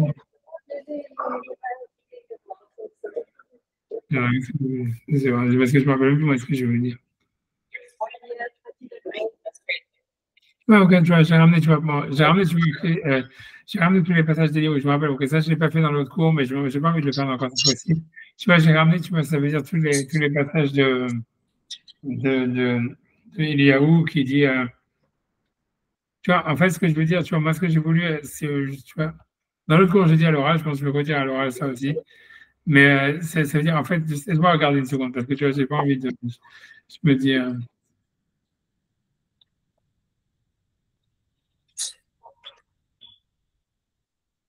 ouais. Ouais, tu vois, ça veut dire, en fait, tu vois, ça veut dire, voilà, je peux faire à l'oral, je peux faire à l'oral, tu vois, c'est, en fait, tu vois, c'est que je viens pour dire en deux mots, c'est ça, tu vois, c'est que, il y a, tu vois, ça veut dire, le Rambam, il a pris comme exemple, tu vois, mon cher Rabbeinu. Il a dit, voilà, mon cher Rabbeinu, a priori, c'est ça ce qu'il prend comme exemple. Il dit, voilà, un roi, il doit supporter, tu vois, je parle maintenant sur le deuxième point, parce qu'à mon avis, c'est lié avec ce point-là. Mon idée que moi, je veux dire dans ce chiffre-là, je veux le dire déjà à l'avance, pour que ça soit clair, tu vois, au cas où tu t'endors aussi, que j'ai le temps de finir. Tu vois, ce que je veux dire, c'est comme ça, c'est qu'en fait, le degré d'implication du roi dans la, si tu veux, tu vois, dans la politique ou dans la guerre, etc., c'est lié vraiment, en fait, à l'éducation du peuple. Tu vois. C'est-à-dire, tu vois, c'est qu'est-ce que le peuple, tu vois, ça veut dire qu'est-ce qui va faire grandir le peuple. Tu vois, moi, à mon avis, tu vois, ce que je veux dire, tu vois, c'est pour ça que la deuxième partie du Rambam, tu vois, même pour les enfants, la même chose, tu vois, c'est où il dit, voilà, le roi, il doit traiter le peuple comme si c'était des enfants, il voit que tu vois, il doit les supporter comme quelqu'un qui porte des toits comme un berger, qui ramène des agneaux, mais en fait, c'est un truc, tu vois, vraiment, où tu vois, il doit être supportif, tu vois, ça veut dire, ça veut dire, voilà, et qu'à mon avis, tu vois, l'idée, c'est que, voilà, parce que c'est l'idée que je vais arriver, tu vois, c'est ce que je veux dire, qu'en fait, sur le degré d'implication du roi, elle doit être par rapport, si tu veux, parce que l'idée, c'est que si tu dis, voilà, tout le peuple, en fait, il doit être infantilisé, il doit être dans la sistana, tu vois, ça veut dire, voilà, on a David qui va nous faire la guerre et tout ça, donc nous, on ne doit rien foutre, tu vois, grosso modo. Tu vois, en fait, l'idée, c'est que plus le roi était, plus Moshe, si par Moshe, il avait été faire la guerre contre Amalek, la raison pour laquelle lui, il a passé la guerre contre Amalek, il a demandé à Yoshua, etc., c'est parce qu'il voulait que le peuple, en fait, il s'implique dans la guerre, tu vois, et qu'il ne soit pas, comme jusqu'à maintenant, ils avaient la sortie d'Égypte, ils n'avaient rien fait, Hachem, il fait tout, il leur ouvre la mer, il fait tout, il leur fait des plaies, etc. En fait, tu vois, c'était tout l'aide d'Hachem, et eux, ils étaient, tu vois, complètement assistés, tu vois. Et en fait, quand il y avait quelqu'un contre Amalek, il dit, OK, maintenant, Hachem, voilà, Amalek qui va vous attaquer, c'est Hachem sûrement qui a voulu que ça arrive, donc vous devez, vous, tu vois. Et la même chose, tu vois, avec David, en disant, voilà, OK, si moi je dois en fait avoir une descendance, ça veut dire que moi je dois OK, éduquer mes enfants ou quelque chose comme ça. Mais ça veut dire, et en fait, ça tu vois, à ce fond grand main. C'est pas moi en fait qui dois faire la guerre, etc. C'est vous qui devez battre et gagner, etc. Et tu vois, tu vois, voilà, ça c'est l'idée que je veux dire, tu vois. Tu vois, c'est pour ça que j'ai ramené en fait, si tu veux, l'idée, parce que tu vois, lui dire, parce que tu vois, j'ai dans le micro parce que tu vois, les trucs, ça dérange un peu, tu vois, le. Non, c'est moi, je peux le faire là. Ouais, non, je pense que voilà, tu vois, c'est vrai. Voilà, je t'ai coupé. Je suis désolé. Mais tu vois, tu vois, ça veut dire, tu vois, ouais, tu vois, mais ce que je voulais dire, tu vois, c'est ça, c'est que, en fait, voilà, l'idée, c'est que plus le roi il s'implique, le moins le peuple il s'implique, quoi. Il y a comme une sorte de vase communicant. Et qu'en fait, c'est pour ça que, par rapport, tu vois, au peuple, en fait, le niveau d'implication du roi, il doit être proportionnel à ça, puisque son devoir, en fait, c'est un devoir d'éducation. Tu vois, c'est ça ce que Maïmonide dit. Il dit, c'est comme, et en fait, c'est comme, tu vois, un berger qui garde ses troupeaux, etc. Et donc, il y a un côté, en fait, c'est vrai, infantilisant et tout, mais en fait, ce côté infantilisant, il doit pas amener à une régression. Et moi, ce que je voulais, tu vois, donc, si tu veux, en fait, dans les textes que j'ai ramenés, si tu veux, ici au milieu, c'est des textes qui parlaient sur Eliyahu Hanavi, où on nous dit que, tu vois, Eliyahu Hanavi, il a eu la politique opposée de celle de Moshe Rabbeinu. Ça veut dire que lui, tu vois, ça veut dire quand le peuple, il était, tu vois, ça veut dire lui, il rentrait dans la tête des gens, tu vois, il leur disait, vous êtes des cons, et tout ça, etc. Et tu vois, quand ils font des avérotes, il dit, ouais, j'arrête la pluie, il met la famine en Israël pendant 3 ans, et de son propre chef, tu vois, c'est-à-dire qu'au lieu de pardonner ni rien, il est toujours, tu vois, en train de les confronter, d'avoir une relation, tu vois, un rapport, si tu veux, belliqueux avec le peuple, etc. Et à la fin, tu vois, ça veut dire, et comme je te dis, on avait déjà vu ces passages déjà la dernière fois, où quand on est dans la grotte, Hachem lui dit, OK, Et il dit, voilà, à la fin, il dit qu'il en a marre, quoi, grosso modo, il give up. Et Hachem lui dit, OK, voilà, j'arrête ta prophétie, tu vas y voir Elisha qui va prendre ta place. Et celui, tu vois, tout celui qui n'aura pas été tué par Elisha, et ça a tué. Tu vois, tout celui qui n'a pas été tué par Elisha, il sera tué par. Il sera tué par, comment dire, il sera tué par le roi de Achour, etc., etc. Et on avait vu, tu vois, que Rachid disait, on ne sait pas qui Elisha a tué. Je vais essayer de résumer un petit peu pour Valentin. Souvent, ça veut dire, tu vois, donc, ça veut dire, c'est parce qu'on a, d'abord, je vais t'enlever le mute, tu vois. Et une seconde. Je ne sais pas comment enlever le mute. You can't mute someone else. Ah, je ne peux pas t'unmute, il n'y a que toi qui peux t'unmute. J'ai l'impression. Si tu veux. Ouais, tu vas lancer. Ah, voilà, c'est bon, t'unmute.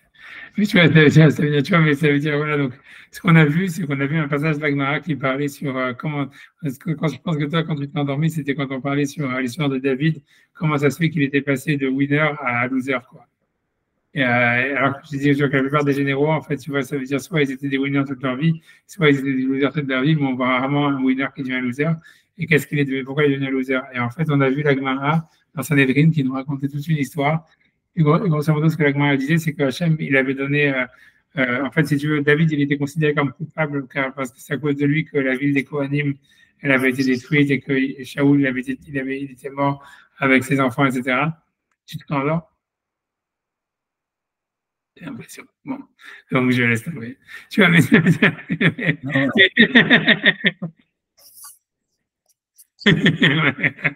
Ouais, je laisse tomber. Ah, c'est dur, c'est dur, c'est dur. Non, du tout. Ok, d'accord. Ok, ouais, je sais pas si. Ok, j'essaie de faire une répétition. Donc, ça veut dire, l'idée, c'est qu'en fait, si tu veux, David, c'est comme si, en fait, Hachem, il avait demandé à David, il avait fait un choix, il avait laissé un choix à David s'il voulait que sa descendance elle soit annihilée, ou bien s'il voulait, en fait, s'il voulait gagner les batailles, quoi. Et que, en fait, c'était David, il avait choisi d'avoir une descendance, et c'est pour ça, en fait, qu'il a décidé d'arrêter de se battre, de faire des batailles. Et que l'idée, c'est que tu vois, c'est que généralement, tu ne vois pas un conquérant qui a réussi à faire hériter son empire à ses enfants. Je donne l'exemple d'Alexandre le Grand, ou tu peux dire Napoléon, tu peux dire, tu verras qu'en général, de la manière que les conquérants, en général, qui gagnent des batailles, ils n'en perdent jamais. Et aussi une autre règle qu'en général, les généraux, les empereurs qui gagnent des batailles, qui construisent des empires, en général, ils ne le laissent pas à leurs enfants, quoi. Et l'idée, c'est, tu vois, c'est que David, donc en fait, il avait un choix à faire entre soit je continue à gagner des batailles et à me battre, etc., soit je laisse un héritage à mon royaume en héritage à mes enfants, et qu'en fait, lui, il a choisi de laisser le royaume en héritage à ses enfants. Et de cette idée-là, ce qui a entraîné qu'il a arrêté de sortir en bataille avec le peuple d'Israël, etc., etc. Et tu vois, moi, ce que je voulais dire, tu vois, c'est que cette idée-là, donc la question est de savoir, tu vois, moi, ce que je voulais dire, c'est que pour expliquer comment est-ce que Maïmonide il parle au niveau de l'implication que le roi il doit avoir dans les problèmes sociaux et de l'armée, etc., c'est que c'était lié, en fait, c'est lié à une idée d'éducation, puisque par la suite, il dit, ouais, il doit être comme un berger qui garde ses brebis, etc., etc. Et donc, ça voulait dire, moi, ce que je voulais dire, c'est que l'implication trop grande, tu vois, du roi, ça peut entraîner, tu vois, une infantilisation du peuple et comme une sorte, si tu veux, d'assistanat qui se sentent, tu vois, complètement assistés, tu vois. Ça veut dire, voilà, le roi, il est avec nous, Moshe, il fait la guerre, donc pourquoi nous, on va faire la guerre, tu vois. Si, en fait, Moshe, à chaque fois, il voulait, la raison pour laquelle, en fait, il a voulu que Yoshua, le Béné Israël, il fasse la guerre contre Amalek, c'est parce qu'il voulait le responsabiliser. Il voulait dire, en fait, c'est vous qui faites la guerre, moi, je peux faire des tfilotes, etc., mais c'est votre, tu vois, c'est à vous de faire des efforts, quoi, c'est à vous de faire quelque chose. Et c'est, tu vois, c'est ça l'idée, tu vois, voilà, bref, tu vois ce que je veux dire, tu vois, c'est ça à mon avis, tu vois, ce que je voulais dire, que c'était ça l'histoire de Moshe, de ce que le Rambam lui parle, comme un berger, etc., si tu veux, qui fait grandir, tu vois, qui fait grandir son troupeau, etc., c'est qu'en fait, il y a une idée aussi, tu vois, ça veut dire de ne pas être tu vois, parce que moi, ce que j'ai voulu dire, c'est que ce que j'ai donné comme exemple, parce qu'on lui dit qu'il donne comme exemple le Rambam, c'est de suivre l'exemple de Moshe Rabbeinu, qui a été toujours tu vois, supportif du peuple et qui a accepté toutes leurs bêtises, toutes leurs rébellions, etc., et qui disait vous êtes les meilleurs et tout. Mais à la fin, tu vois bien que lui-même, tu vois, les enfants d'Israël sont tous morts dans le désert, ils ne sont pas arrivés en Israël, tu vois. Et en fait, si tu vois la même chose, tu vois que, en fait, dans l'histoire de Eliaou, quand Eliaou qui a fait le contraire, Hachem lui dit, ouais, tu vas avoir un héritier qui va être Elisha. Et Elisha, ceux qui ne sont pas morts par le roi de Hachour, etc., ils vont être tués par Elisha. Et quand tu vois Rachid, il dit là-bas, on n'a jamais vu que Elisha, il a tué personne. Moi, j'ai expliqué, tu vois, qu'en réalité, si tu vois, il y a un moment, il y a une guerre où, en fait, le roi de Édom, tu vois, c'est pour ça que je sais pas si je vais faire ça dans les mots, tu vois, du Navi, etc., c'est comme vous voulez, mais je peux vous dire à l'oral, ça veut dire que, ça veut dire qu'il y a un moment dans la prophète, dans la guerre, il y a le roi de Édom, le roi d'Israël, le roi de Yehuda, qui s'allient pour faire une guerre contre Moab. Et au début, tu vois, ils se disent, ils sont tellement idiots qu'ils n'ont même pas prévu d'eau pour l'armée. Donc, ils arrivent au milieu du désert et tout ça, et ils se disent, tu vois, on va tous mourir de soif, etc. Et tu vois, donc finalement, le roi de Yehuda, il dit, est-ce qu'il n'y a pas un prophète qui pourrait nous sauver? Tu vois. Et le roi d'Israël, il pensait toujours que lui, il faisait la voix d'Azara et tout ça, il dit, oui, il y a Elisha, que c'est un élève de Eliaou. Alors, ok, donc il s'appelle Elisha et tout ça, et Elisha, il vient parce qu'il vient de chez lui, c'est même pas lui qui vient, il vient de chez lui. Ils lui disent que tu peux pas nous sauver, on est dans le truc, on n'a pas d'eau, on va tous mourir de soif. Et Elisha, il dit, ouais, bon, vous êtes tous des nuls, etc., vous êtes tous des réchaïm, quoi qu'il arrive. Il dit, il n'y a que le roi de Yehuda, que lui, c'est un sadique, bon, je suis prêt à l'aider, à vous aider à cause de lui. Mais en fait, si tu veux, Elisha, il n'arrive pas, tu vois, à avoir d'Assieta d'Ishmaïa parce qu'ils n'ont pas les mérites. Alors, Elisha, il dit à un moment, il dit faites venir un musicien. Il dit, faites venir un musicien, et peut-être si j'écoute de la musique, alors je vais avoir une madriga de Roi HaKodesh assez grande pour pouvoir essayer de vous faire un miracle, de vous donner une bracha.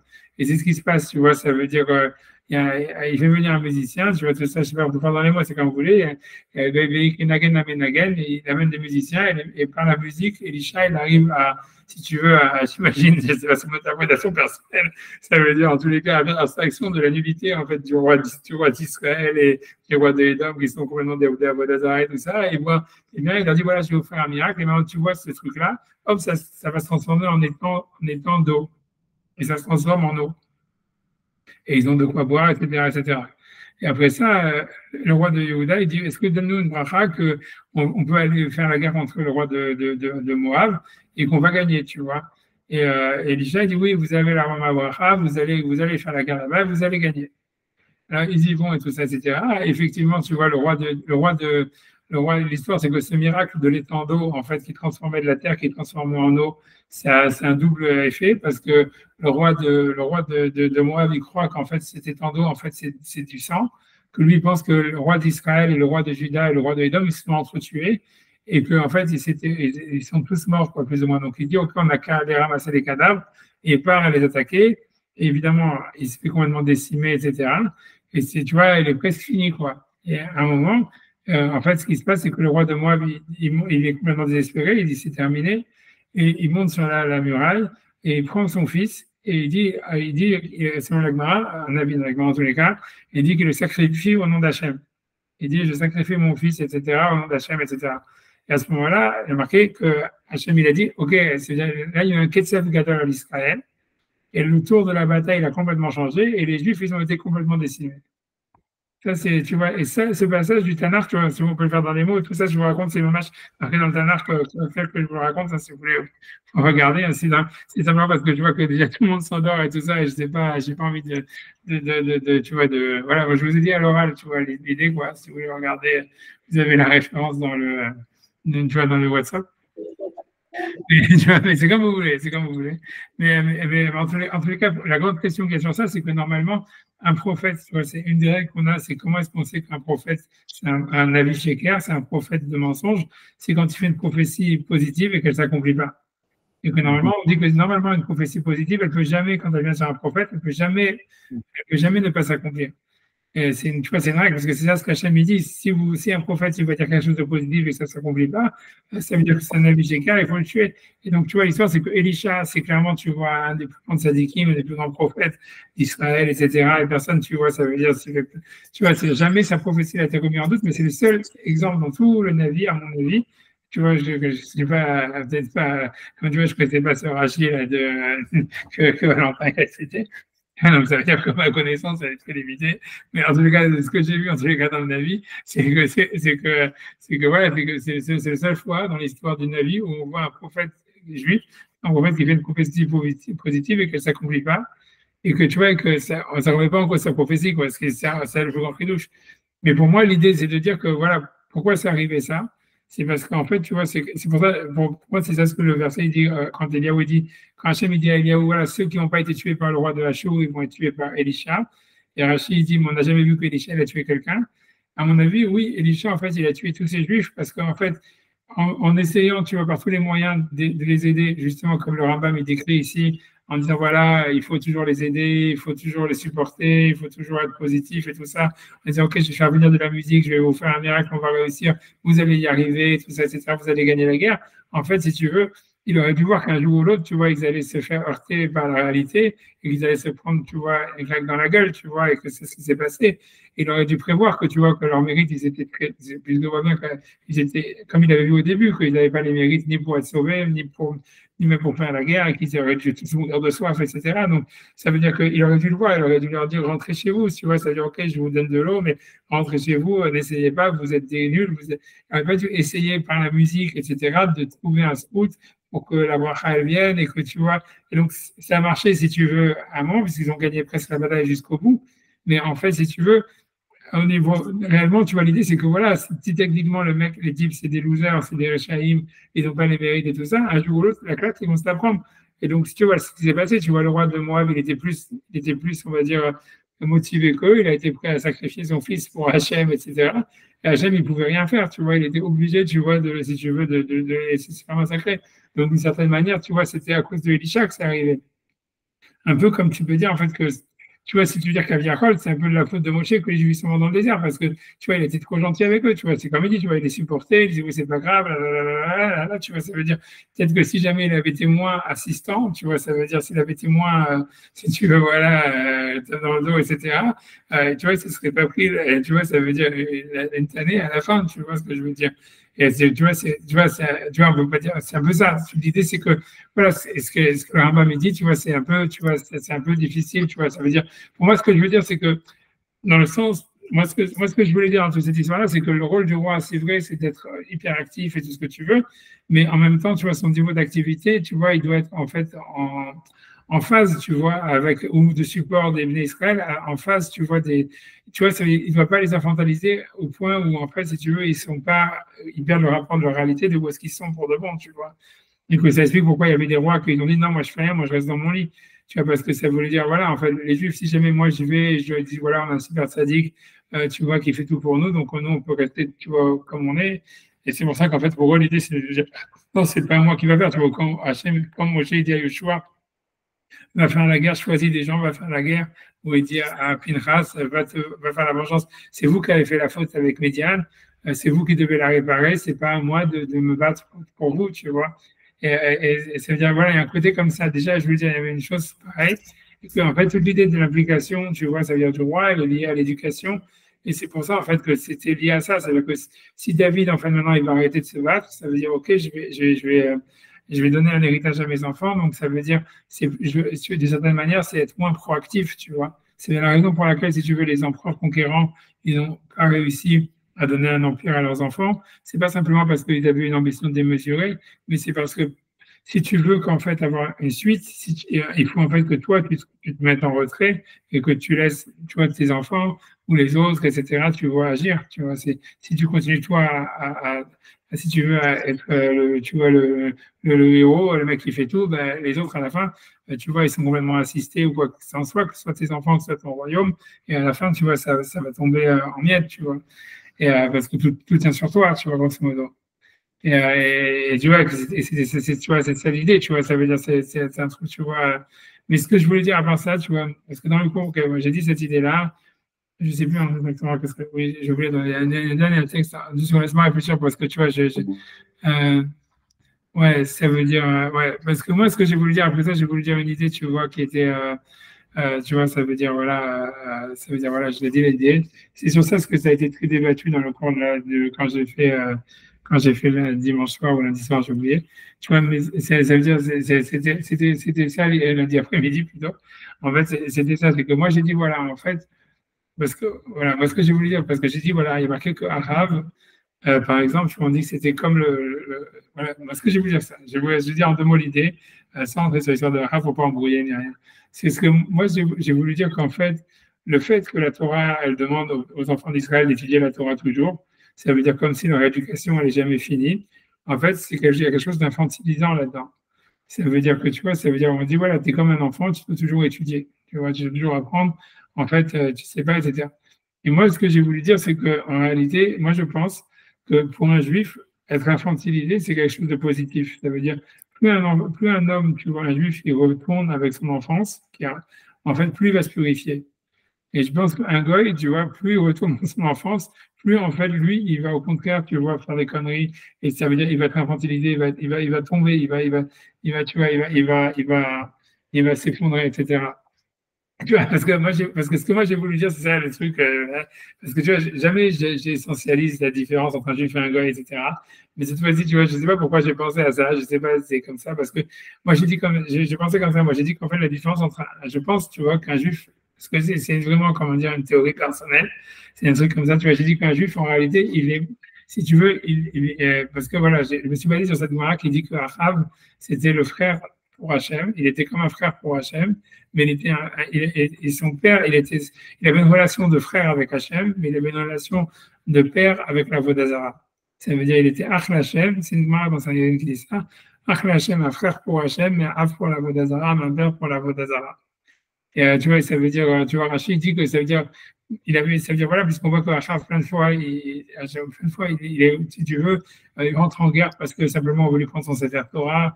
Mais ça veut dire que malgré toute la relation qu'il avait avec la Vodazara, l'amour qu'il avait de la Vodazara, qu'il écoutait sa femme, qu'il lui dit de tuer tous les prophètes pour Hachem, etc. En réalité, il avait une véritable émouna en lui, etc. Et il aimait Hachem. Et pour lui, Hachem, c'était comme un frère, mais en fait, la Vodazara, c'était comme son père. C'est ce que la Gemara a dit, tu vois. C'est pour ça qu'il appelait Achav. Hachem et Av la Vodazara. Et tu vois, ça veut dire que moi, ce que j'ai voulu, et la Gemara dit pourquoi Achav il a mérité de régner sur Israël pendant 22 ans, c'est parce qu'il a honoré la Torah qui a été donnée par les 22 lettres, alors qu'il faisait la Vodazara et tout ça. Et tu vois, et moi, ce que j'ai voulu dire, c'est comme ça, c'est que moi, ce que je pense, tu vois, c'est qu'un juif, la différence entre un juif et un goy, d'une manière essentielle, c'est qu'un juif, si tu veux, il a une relation avec, si tu veux, avec toujours un aspect de l'infini. Tu vois, ça veut dire que quand tu regardes, tu vois, ça veut dire la manière dont nous on fait la tefila, et même, tu vois, c'est-à-dire chaque juif en réalité, tu verras, ça veut dire il a quelque chose en lui, tu vois, une relation instinctive avec, tu vois, avec un aspect de l'infini d'Hachem. Il sait qu'il a un truc, que ce truc-là, il a, et que s'il fait, ça marche. Et qu'il veut vivre toute sa vie avec ce truc-là. Tu vois, chacun, tu vois, ça peut être, tu vois, j'en sais rien, ça peut être la musique, l'autre, ça peut être, tu vois, la Torah, l'autre, ça peut être, j'en sais rien, chacun, il a un truc, tu vois, qui sait que ça, il sait comment ça marche, tu vois. Et il peut faire toute sa vie rien qu'avec ça. Et s'il fait ça, si tu veux, tu vois, il est bon, tu vois, ça veut dire, voilà. Mais, et ça, en réalité, si tu veux, c'est la Vodazara. Parce que, tu vois, les Marais expliquent, tu vois, pourquoi les Juifs, ils ont tellement une proportion à la Vodazara.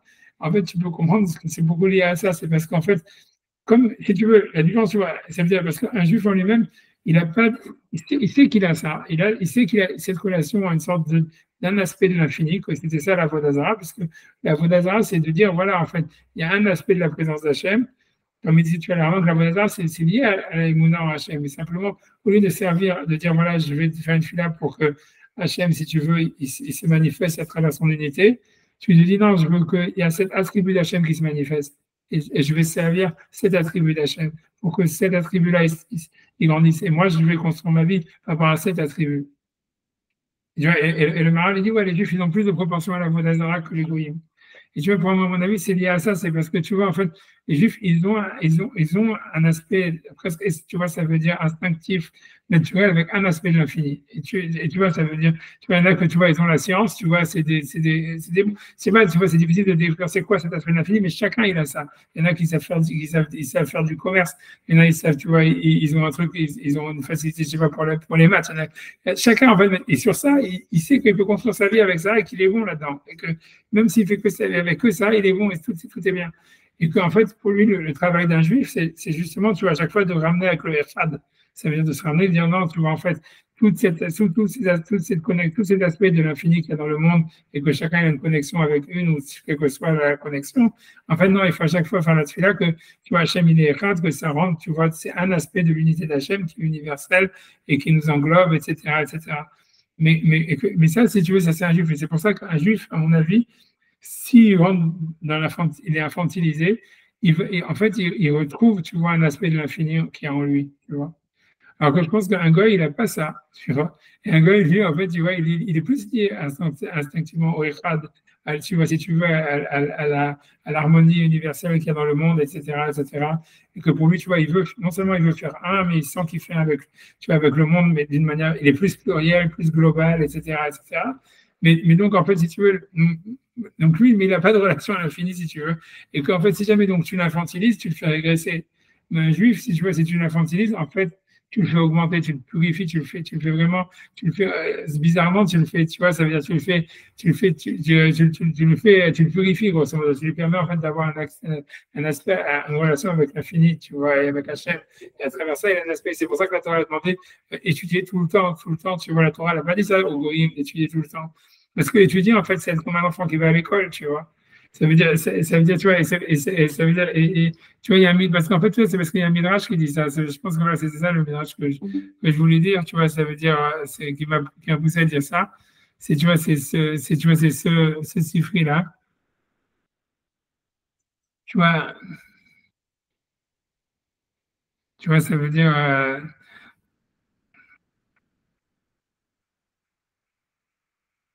zone. Tu vois, si voilà, regarde, le Rachid dit ça comme ça, il dit, tu vois, justement, tu vois, ça c'est un sifri. Il dit ça, c'est un sifri très, en fait, peu facile à comprendre. Ça veut dire que c'est pas clair, tu vois, c'est quoi l'explication. Mais moi, je pense comme ça. C'est que, parce que, tu vois, parce que la source, tu vois, du Rambam, une des sources du Rambam, qui dit que voilà, qu'un homme, le roi, il doit conduire le peuple comme si c'était, tu vois, un troupeau etc., qu'il doit être patient et toujours être supportif. Tu vois, ça vient de ce sifri-là. Il est marqué comme ça, il est marqué Vaïkra Moshe li Yoshua, Vayomer Elav, l'école Israël, Hazak Ve'ematz. Donc Moshe il a appelé Yoshua, il a dit aux Juifs d'Israël, sois fort et courageux. Amarlo Amzu Shani Mosa Lecha. Il a dit ce peuple-là que je te transmets, Adain Nidayim Hem, c'est encore des agneaux. Madaim Tinokot, ce sont des enfants, des bébés. Al Takpid Aleem, ne sois pas difficile avec eux. Al Kol Machem aussi, mais tout ce qu'ils font. Parce que même à Kadosh Baruch il leur pardonne. À Kol Machem, sur tout ce qu'ils ont fait.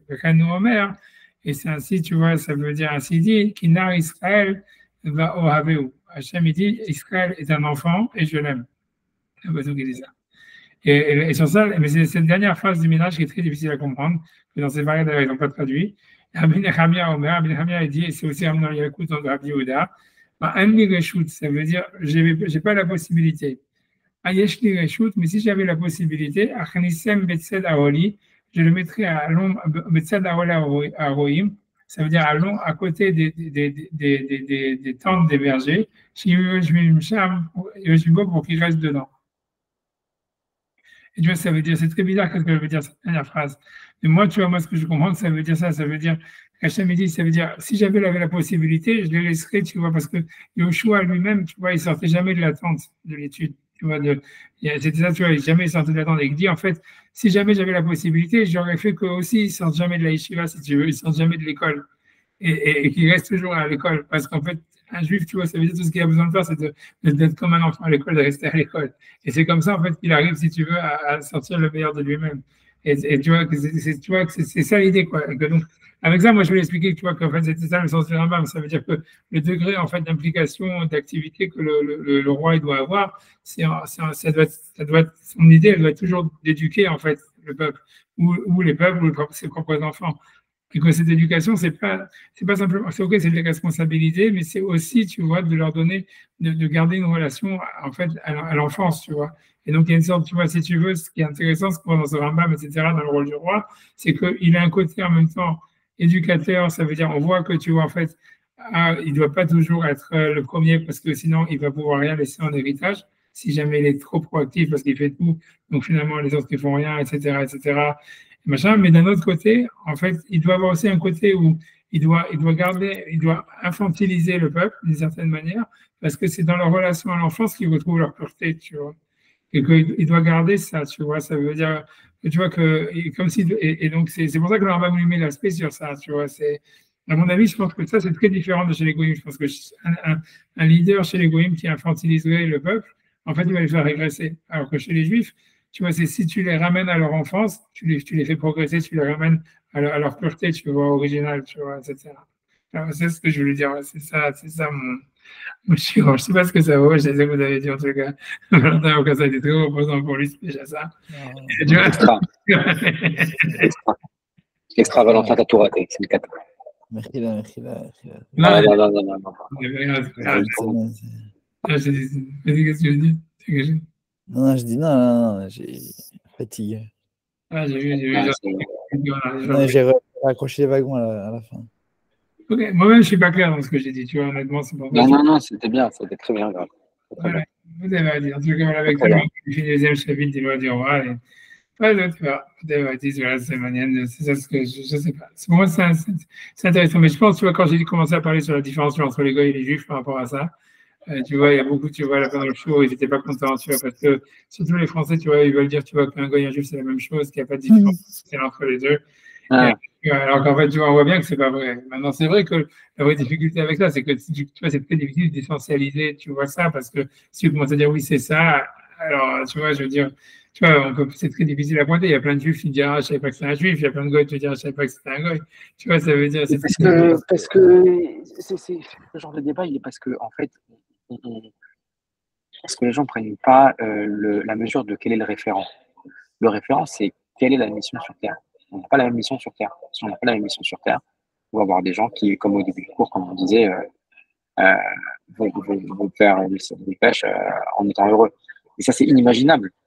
C'est inimaginable parce que la mission, la compréhension de la mission qui nous est donnée est complètement différente. Et donc, en fait, ce que vous dites, la différence, elle est claire et elle est valide.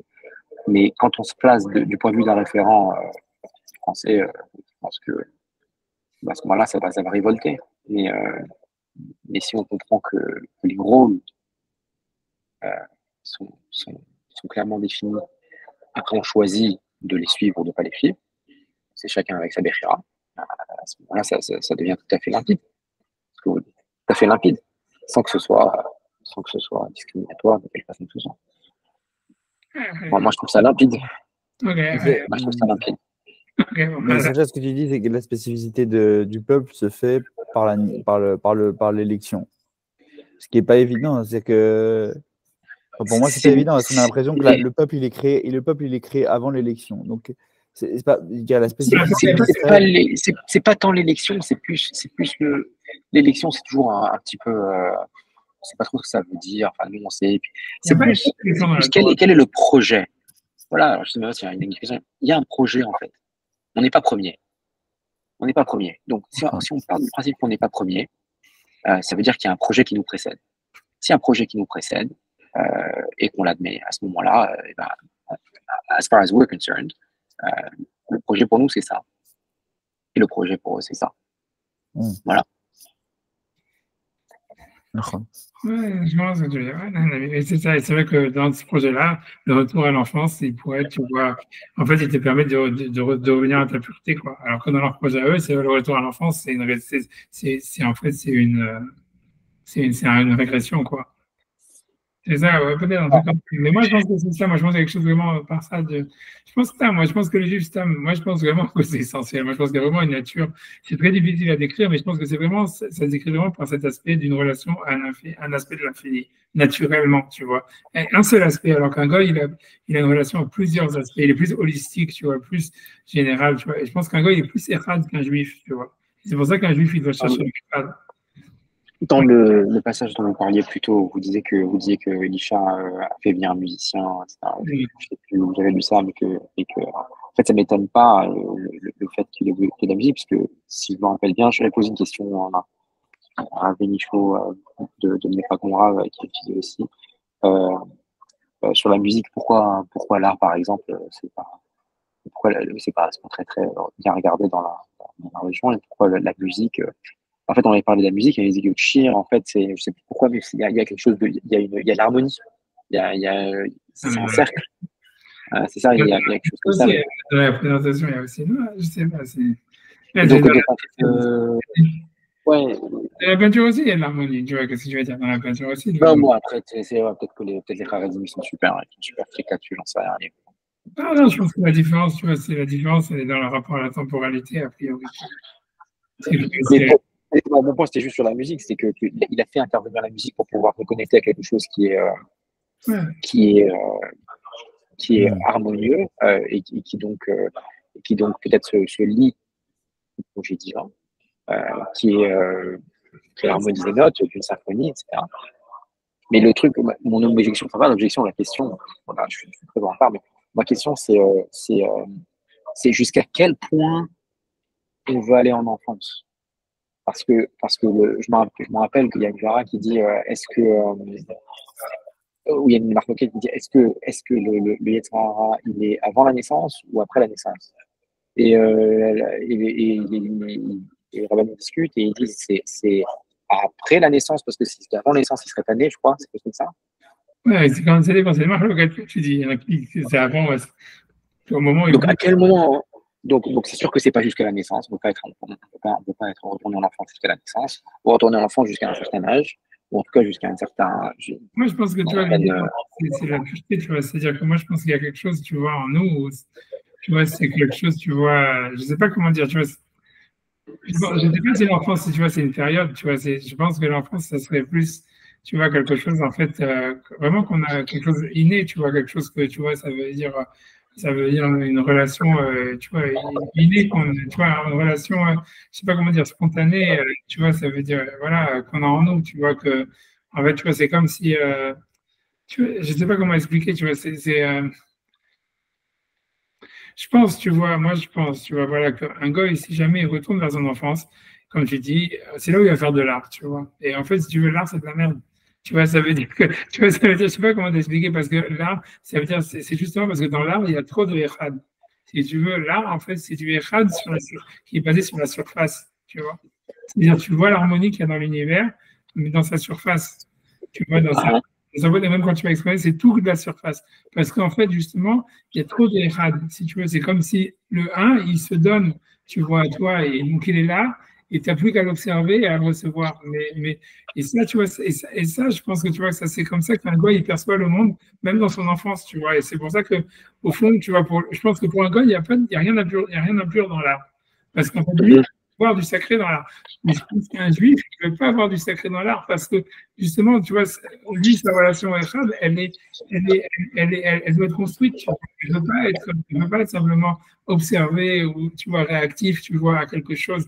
Ah, je vois dans l'harmonie que l'univers il me permet de voir. Ou même, tu vois, même si c'est, tu vois, ça veut dire, tu vois, voilà, j'ai l'impression comme ça veut dire que là, voilà, il y a trop de Echad. Et un Echad, tu vois, qui se donnerait, alors que, si tu veux, le juif, il n'a pas, ça veut dire normalement, si un juif fait de l'art, moi, je garantis qu'il ment, tu vois, il ment.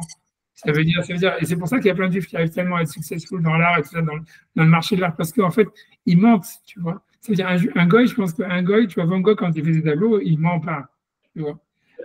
Ou un truc comme ça, ou Mozart, il ment pas, parce qu'il voit c'est très vrai ce que tu vois, alors qu'un juif, tu vois comme Mendelssohn et tout ça, tu sens que c'est un con. Tu vois, enfin, si tu es juif, tu comprends que c'est un mec.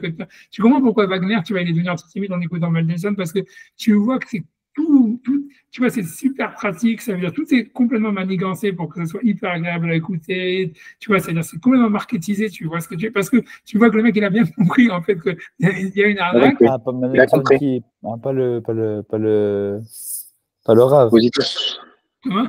Mendelssohn qui. Ah, le compositeur, pas le rave.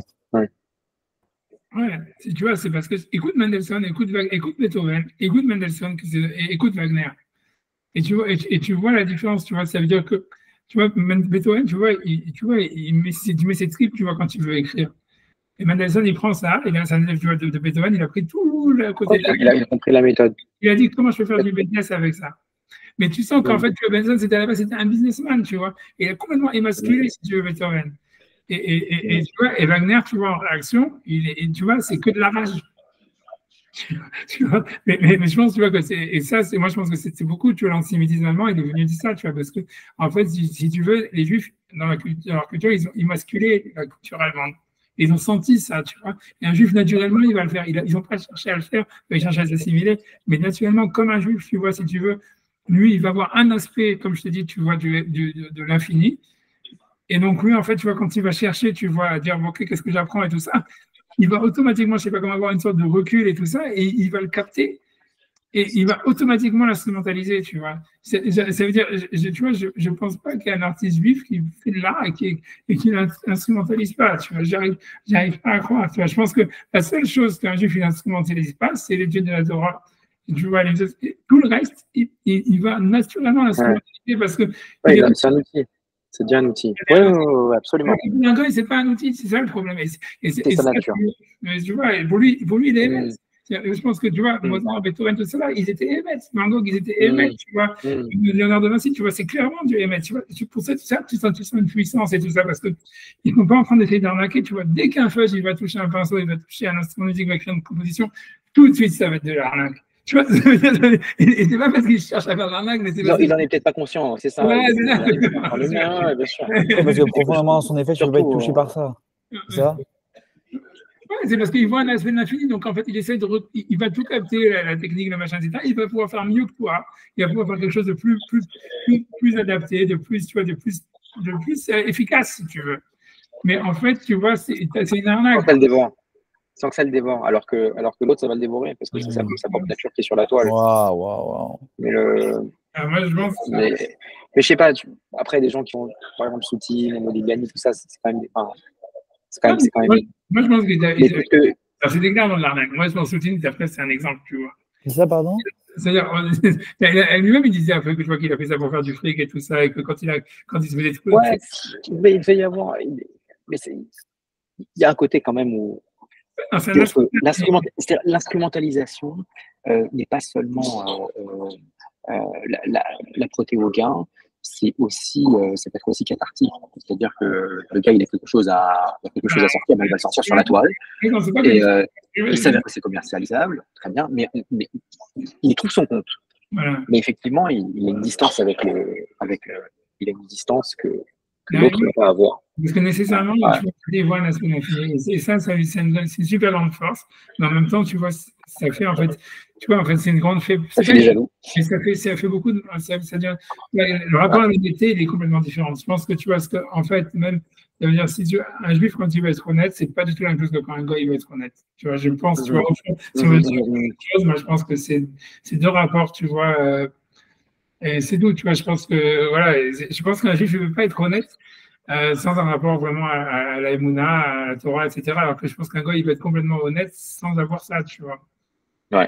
Et c'est très difficile à expliquer pourquoi, etc. Mais moi, je pense que parce qu'il y a vraiment une relation à la semaine infinie. Moi, ce que j'ai vu chez les juifs, tu vois, quand tu vas dans une choule, par rapport à quand tu vas, j'ai jamais été dans une église ni rien, mais quand tu vois les trucs, c'est que tu vas dans une choule, tu vois que chacun, en fait, tu vois complètement en roue libre. C'est quand tu regardes, en fait, tu verras que tous les ils sont complètement, tu vois, avec leur personnalité et tout ça, etc. Et ils sont complètement, tu vois, j'arrive pas à croire que tu peux trouver une diversité chez les goïms. J'arriverai pas à croire. Je sais pas, j'ai jamais été dans une église ni rien, ou dans un truc de mosquée, mais je suis sûr qu'il n'y a pas ce truc-là où chacun, il est là, non, il y a une conformité. C'est clair, tu vois, je veux dire, et c'est pour ça, moi, je pense que parce que chaque juif, en fait, il a une relation à la… Même chez les Haredim, en fait. Ils vont être habillés pareil, ils sont tous dans leur trip. Chacun leur trip. Et tu vois, et je te dis, c'est parce qu'en fait, le truc, c'est que chacun a une relation à l'infini qui lui est propre, tu vois. Et c'est pour ça, en fait, c'est ça la Vodazara. Naturellement, un juif, en fait, il est super enclin à la Vodazara parce qu'il sait qu'il a un truc et que ce truc-là, il marche, tu vois.